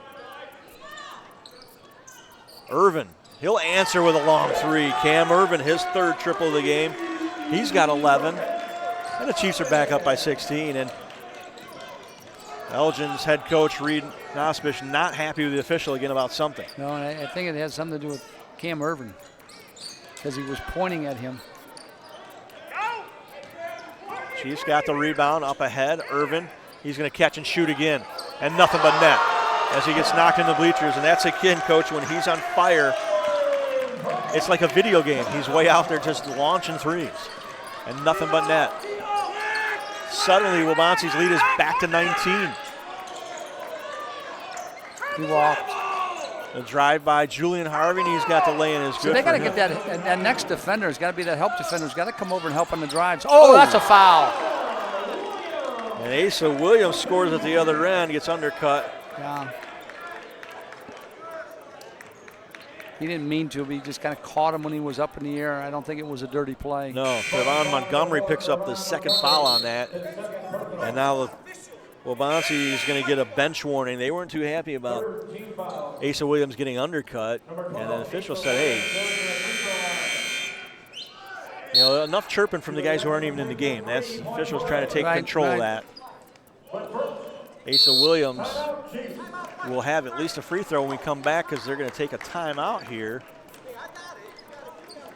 So while we have a timeout again, we'll mention the Chiefs' next games coming up here. Waubonsie will play at McHenry this Thursday night in conference play, and then they'll go to Elgin on Saturday, February 1st. A noon tip-off for that one. That's actually a reverse. The men are playing first, the women are playing second on that Saturday. And then Tuesday, February 4th, come back here to Erickson Hall to host Moraine Valley. That should be a pretty good one. And, of course, that will be another one of our broadcasts, our very next broadcast, Tuesday, February 4th, with the Chiefs and the Cyclones. 5:15 for the women, 7:15 for the men. You can catch that game here on GoChiefs.com or wabonsie.edu/live-sports. And I'm sure we'll have Mark Lindo and Mark Kruger back for that one with a guest appearance by Dave Heiss. Hall of Famers. Well, we got a Hall of Famer here right now, Dave Heiss. And that Moraine's going to be a good game because the first time the Waubonsie played them and they beat them at Moraine, Moraine was missing their second leading scorer. And Moraine went 1 of 22 from the three-point line that game. Wow. That's hard to do. I mean, even just playing around, you're going to make more than that. Well, trust me, you do this long enough, you see those type of games. Yeah. I've said that many times. I've been in a baseball dugout for going on 27 college seasons now, and every time something happens, I go, just when I thought I've seen it all. Williams completes the three-point play here after the timeout, and now he's going to come out. Corey Adams will come in for him. So the Chiefs suddenly have a 20-point lead, their biggest lead of the game. 7.5 minutes to go here. Steve Moga along with the Hall of Famer Dave Heiss and our crew of Jim McGarrett, Jamie Lara, and Chris Foster, the McGarrett, Lara, and Foster law firm. Trying to draw the foul there. Now Porter, his pass is stolen. Adams will give off to Irvin, and he's fouled. Unselfish play by Corey Adams right there. He could have taken that thing in and dumped it off to his teammate the last minute. Yep, dumped it off his teammate who had a little bit better angle and was going to force Elijah Mardo to try and get to a spot that he wasn't able to catch up to. He picks up that third foul, being out of position, and it'll send Cam Irvin to the line. Cam's got 14 in the game. He's hit 4 threes. And he's now got 15. I remember when I played, there was a public address announcer who used to say that, this was before the three-point line. Mm-hmm. He would say, Heiss hits one from the parking lot. Well, I think I could say that about just about every one of Cam's made tonight. I mean, he steps in the gym and he's in range. I don't know if he's hitting them from the parking lot. He might be making them from the tollway. He just steps in the gym and he is in range. He's going to get a 10-second call here if he. Oh, almost got it. Chiefs by 22, the biggest lead of the night, and here playing some pressure defense. Porter, pull-up jumper, rimming, no. Adams, and Simeon Strauss will get it. Got nobody on the glass for Elgin besides number 4. I mean, you got to send at least 4 guys to the glass. Well, you mentioned your playing days and all Upstate 8 performer at West Aurora High School back in the day when you guys finished 3rd in the state. What was that like back in being in high school and getting downstate and getting right to the final 4 teams? That was a dream, you know, that every kid has growing up, and to be able to play at Assembly Hall. I mean, you come up the ramp and you look up, and you know Assembly Hall, it's a big mushroom. Fantastic facility. You went on to play after that at Eastern Wyoming Junior College. I still find it hard to believe that you led their region in scoring. Yeah, I didn't think of you as a scorer. No, you scored your points, but not to be the leading scorer. Well, here's the thing that was a little misleading when I was at West Aurora senior year. You know, we had 4 guys in double figures. Wow. You don't need that shot. You're up 22, and it's 1 on 4. Pull that thing out and get a good quality shot, a good quality set. You know, so we had 4 guys in double figures my senior year, and then the other 2 guys are fifth and 6th man. We're at 9 points a game, and our leading scorer that year was James Malone at 13 points, and I was second at 12 something. So we had a lot of balance. Yeah. And so I think that was an era back then where you reversed the ball back and forth 2, 3, 4 times before you looked to a shot. You know, we didn't have the freedom that the kids have today, and the game is, the game has changed a little bit. Yeah, people say, the game is faster and there's better athletes, and I disagree with that. You know, we just played a different style. Played a different way. And you played under legendary coach John McDougal? No, Gordy Kirkman. Oh, no, Gordy. I'm sorry, Gordon. Coach was gone. That's right. He was at That's Northern right. John was in gone by that 77. point. You're right. Now you said that, I knew that. John McDougal, though, was there for West Aurora for a while in Northern Illinois. Gordy Kirkman. Of course, if you didn't play defense for Gordy, you didn't play just like you didn't play defense for Dave Heiss. Right. You didn't see the court as much either. My philosophy is you're going to win championships. You're going to put banners up on the wall, with your defense. Waubonsie's a very good team when they're on with their 3-point shots, and then they seem to struggle when they're not knocking down those threes. Well, 22 goes to the line. He's got 22 on the night.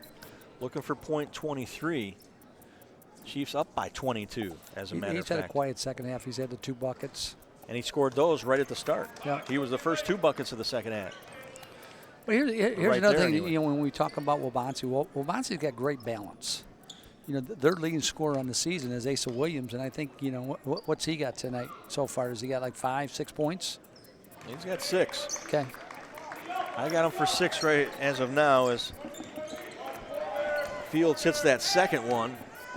So it's a 90-67 lead, 5 minutes to go. Well, I also wanted to ask you, so after that you played at Bemidji State in Minnesota, and then you got an opportunity to play for the Utah Jazz in their rookie free agent camp in the Pro-Am League that summer. What was that like? Oh, that was, first I was out there for a 4-day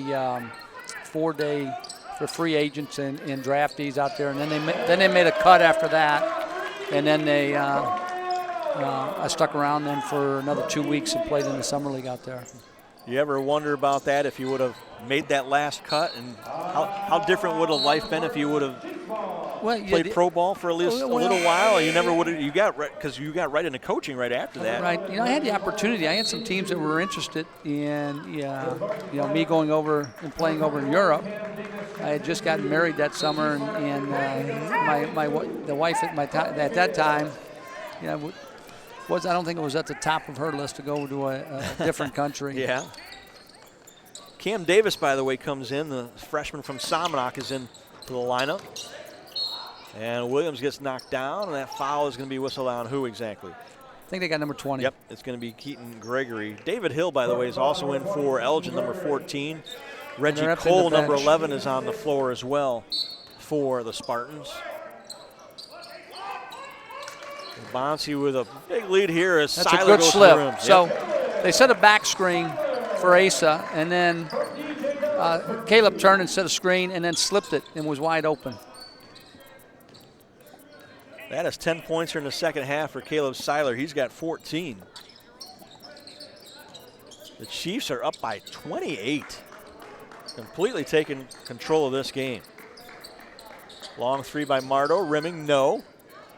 And DJ Ellis grabs the rebound. Well, we talk about the Chiefs' balanced score. We talk about their three-point shooters, but it's DJ Ellis. You see him drive and score there, Coach. He seems to make this team go. Oh, without question. He's had 3 out of the last 4 games, I believe. He's had a triple-double in points, rebounds, and assists. And he gets the line here again. He just does so many different things for this team. When he's playing well, they're going well, usually. Yeah, he's the engine. He's the engine that makes them go. And right now, Lance has got to play him a lot of minutes because the backup point guard tore his meniscus. Well, he completes a 3-point play, and it is a 31-point lead for the Chiefs. Marto, back up, rimming, no. Hill with the rebound. Shot up and no good again. Boy, the Spartans just can't buy a bucket. That was actually Cole that had that last rebound instead of Hill, but now here comes Elgin again on attack. And the lay-in is good by Keaton Gregory. Believe it or not, his first points of the game. 98-69, the Chiefs looking for the century mark. The kick out to Coleman. Did he save it? Nope, stepped on the line. Christoph Simmons, a sophomore from Wheaton Academy, and also Damian Virgin, the freshman from West Aurora, will come in for the Chiefs as Coach Robinson begins to clear his bench here.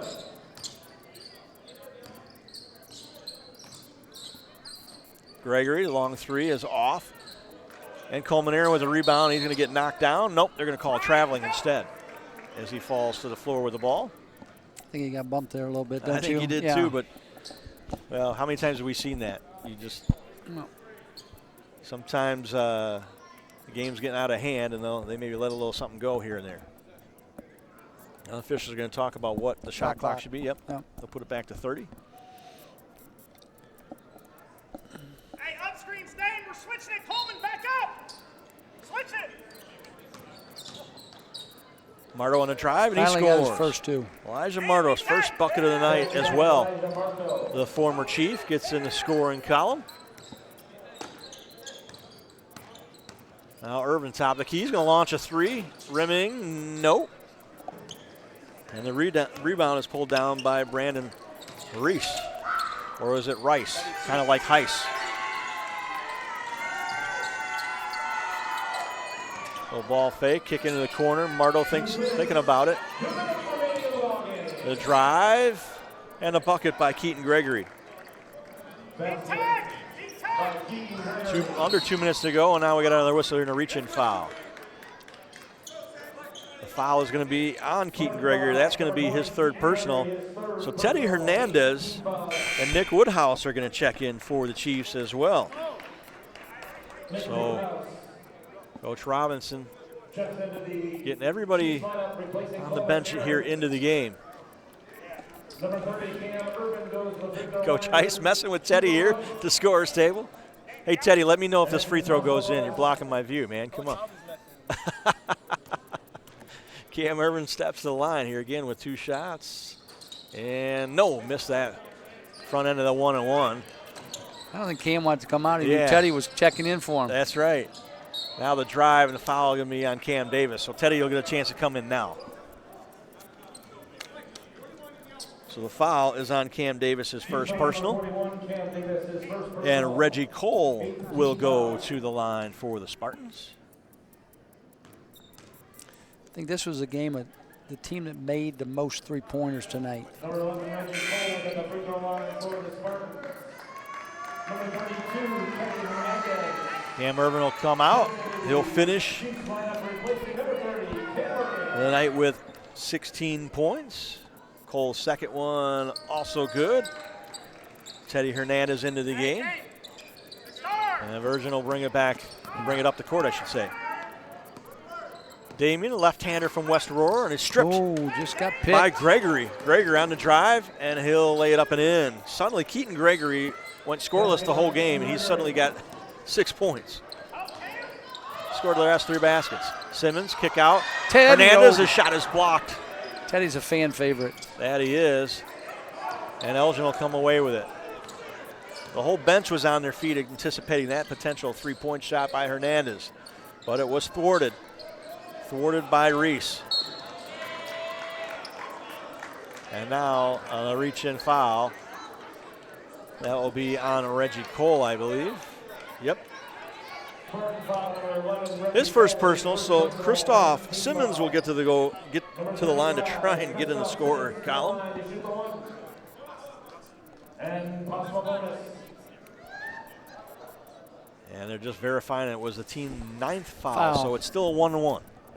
10, we go to the double bonus.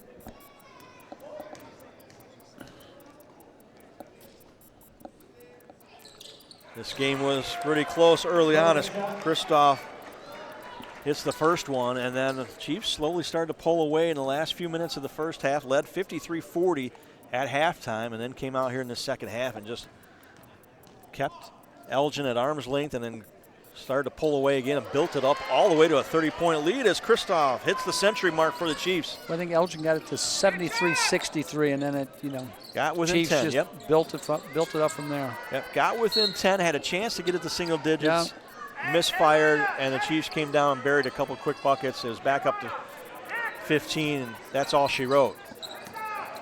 Wawansie got it all the way up to a 31-point lead. Now Virgin loses the handle. And Gregory, he missed the layup. Cole right there. He'll save it, get it to Hill. Hill's drive, his shot is off. And Virgin with the rebound. And they'll try and dribble out of there. Got to give up the rock here. He's going to keep driving and dish it off. Cam Davis, his three. In and out. Oh. Almost got it. And now Gregory and the ball is kicked out of bounds. 18.2 to go. There you see it, 100-77. So the Chiefs are going to improve to 5-2 in the conference. And keep them in the race. That's right. Stay right in the race for the Illinois Skyway Conference title. And they'll improve to 15-8 overall. Elgin will drop to 16-7 overall and 2-5 in the conference. It's pretty much going to be over probably at this point. Oh yeah. For the Spartans as far as the conference title goes. With 5 losses, going to be real tough now. They may have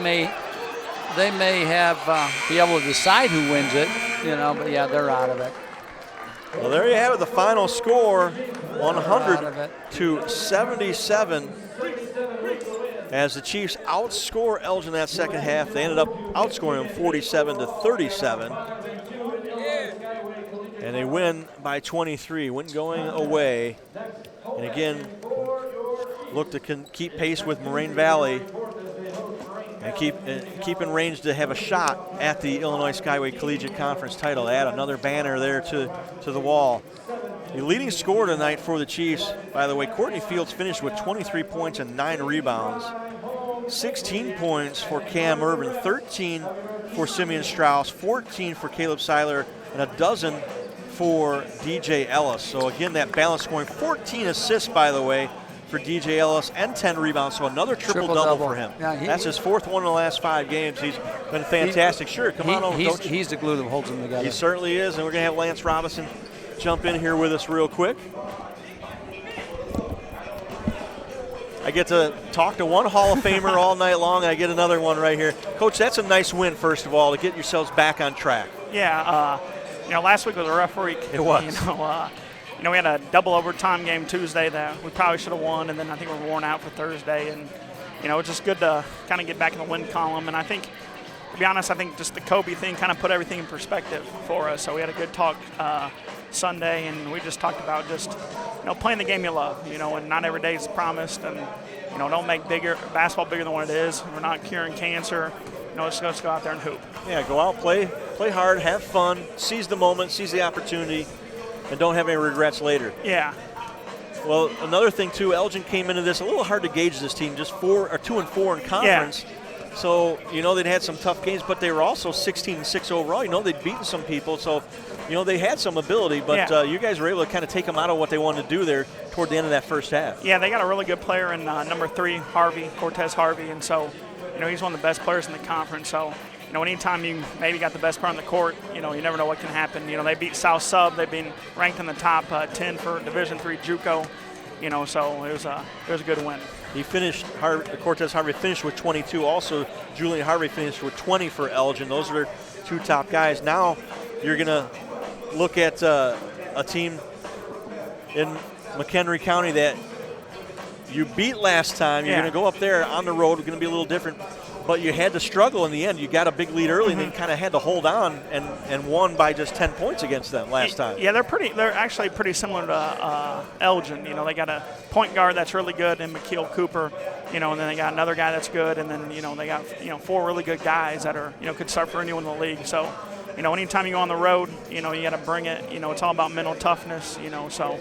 I was just a little nervous tonight because, Coach Heiss is here. So this is the first game he's been to. So, he's the legend here. Hopefully they name the court after him. And, everyone always asks me, I said, me and Coach are the same. They're like, what do you mean? You like to shoot. He played more defense. I said, we both wanted to win by 10. I just wanted to win 90 to 80. He wanted to win, 70 to 60. So no, it was more like 60 to 50. He didn't even want to give up 50 points. Yeah.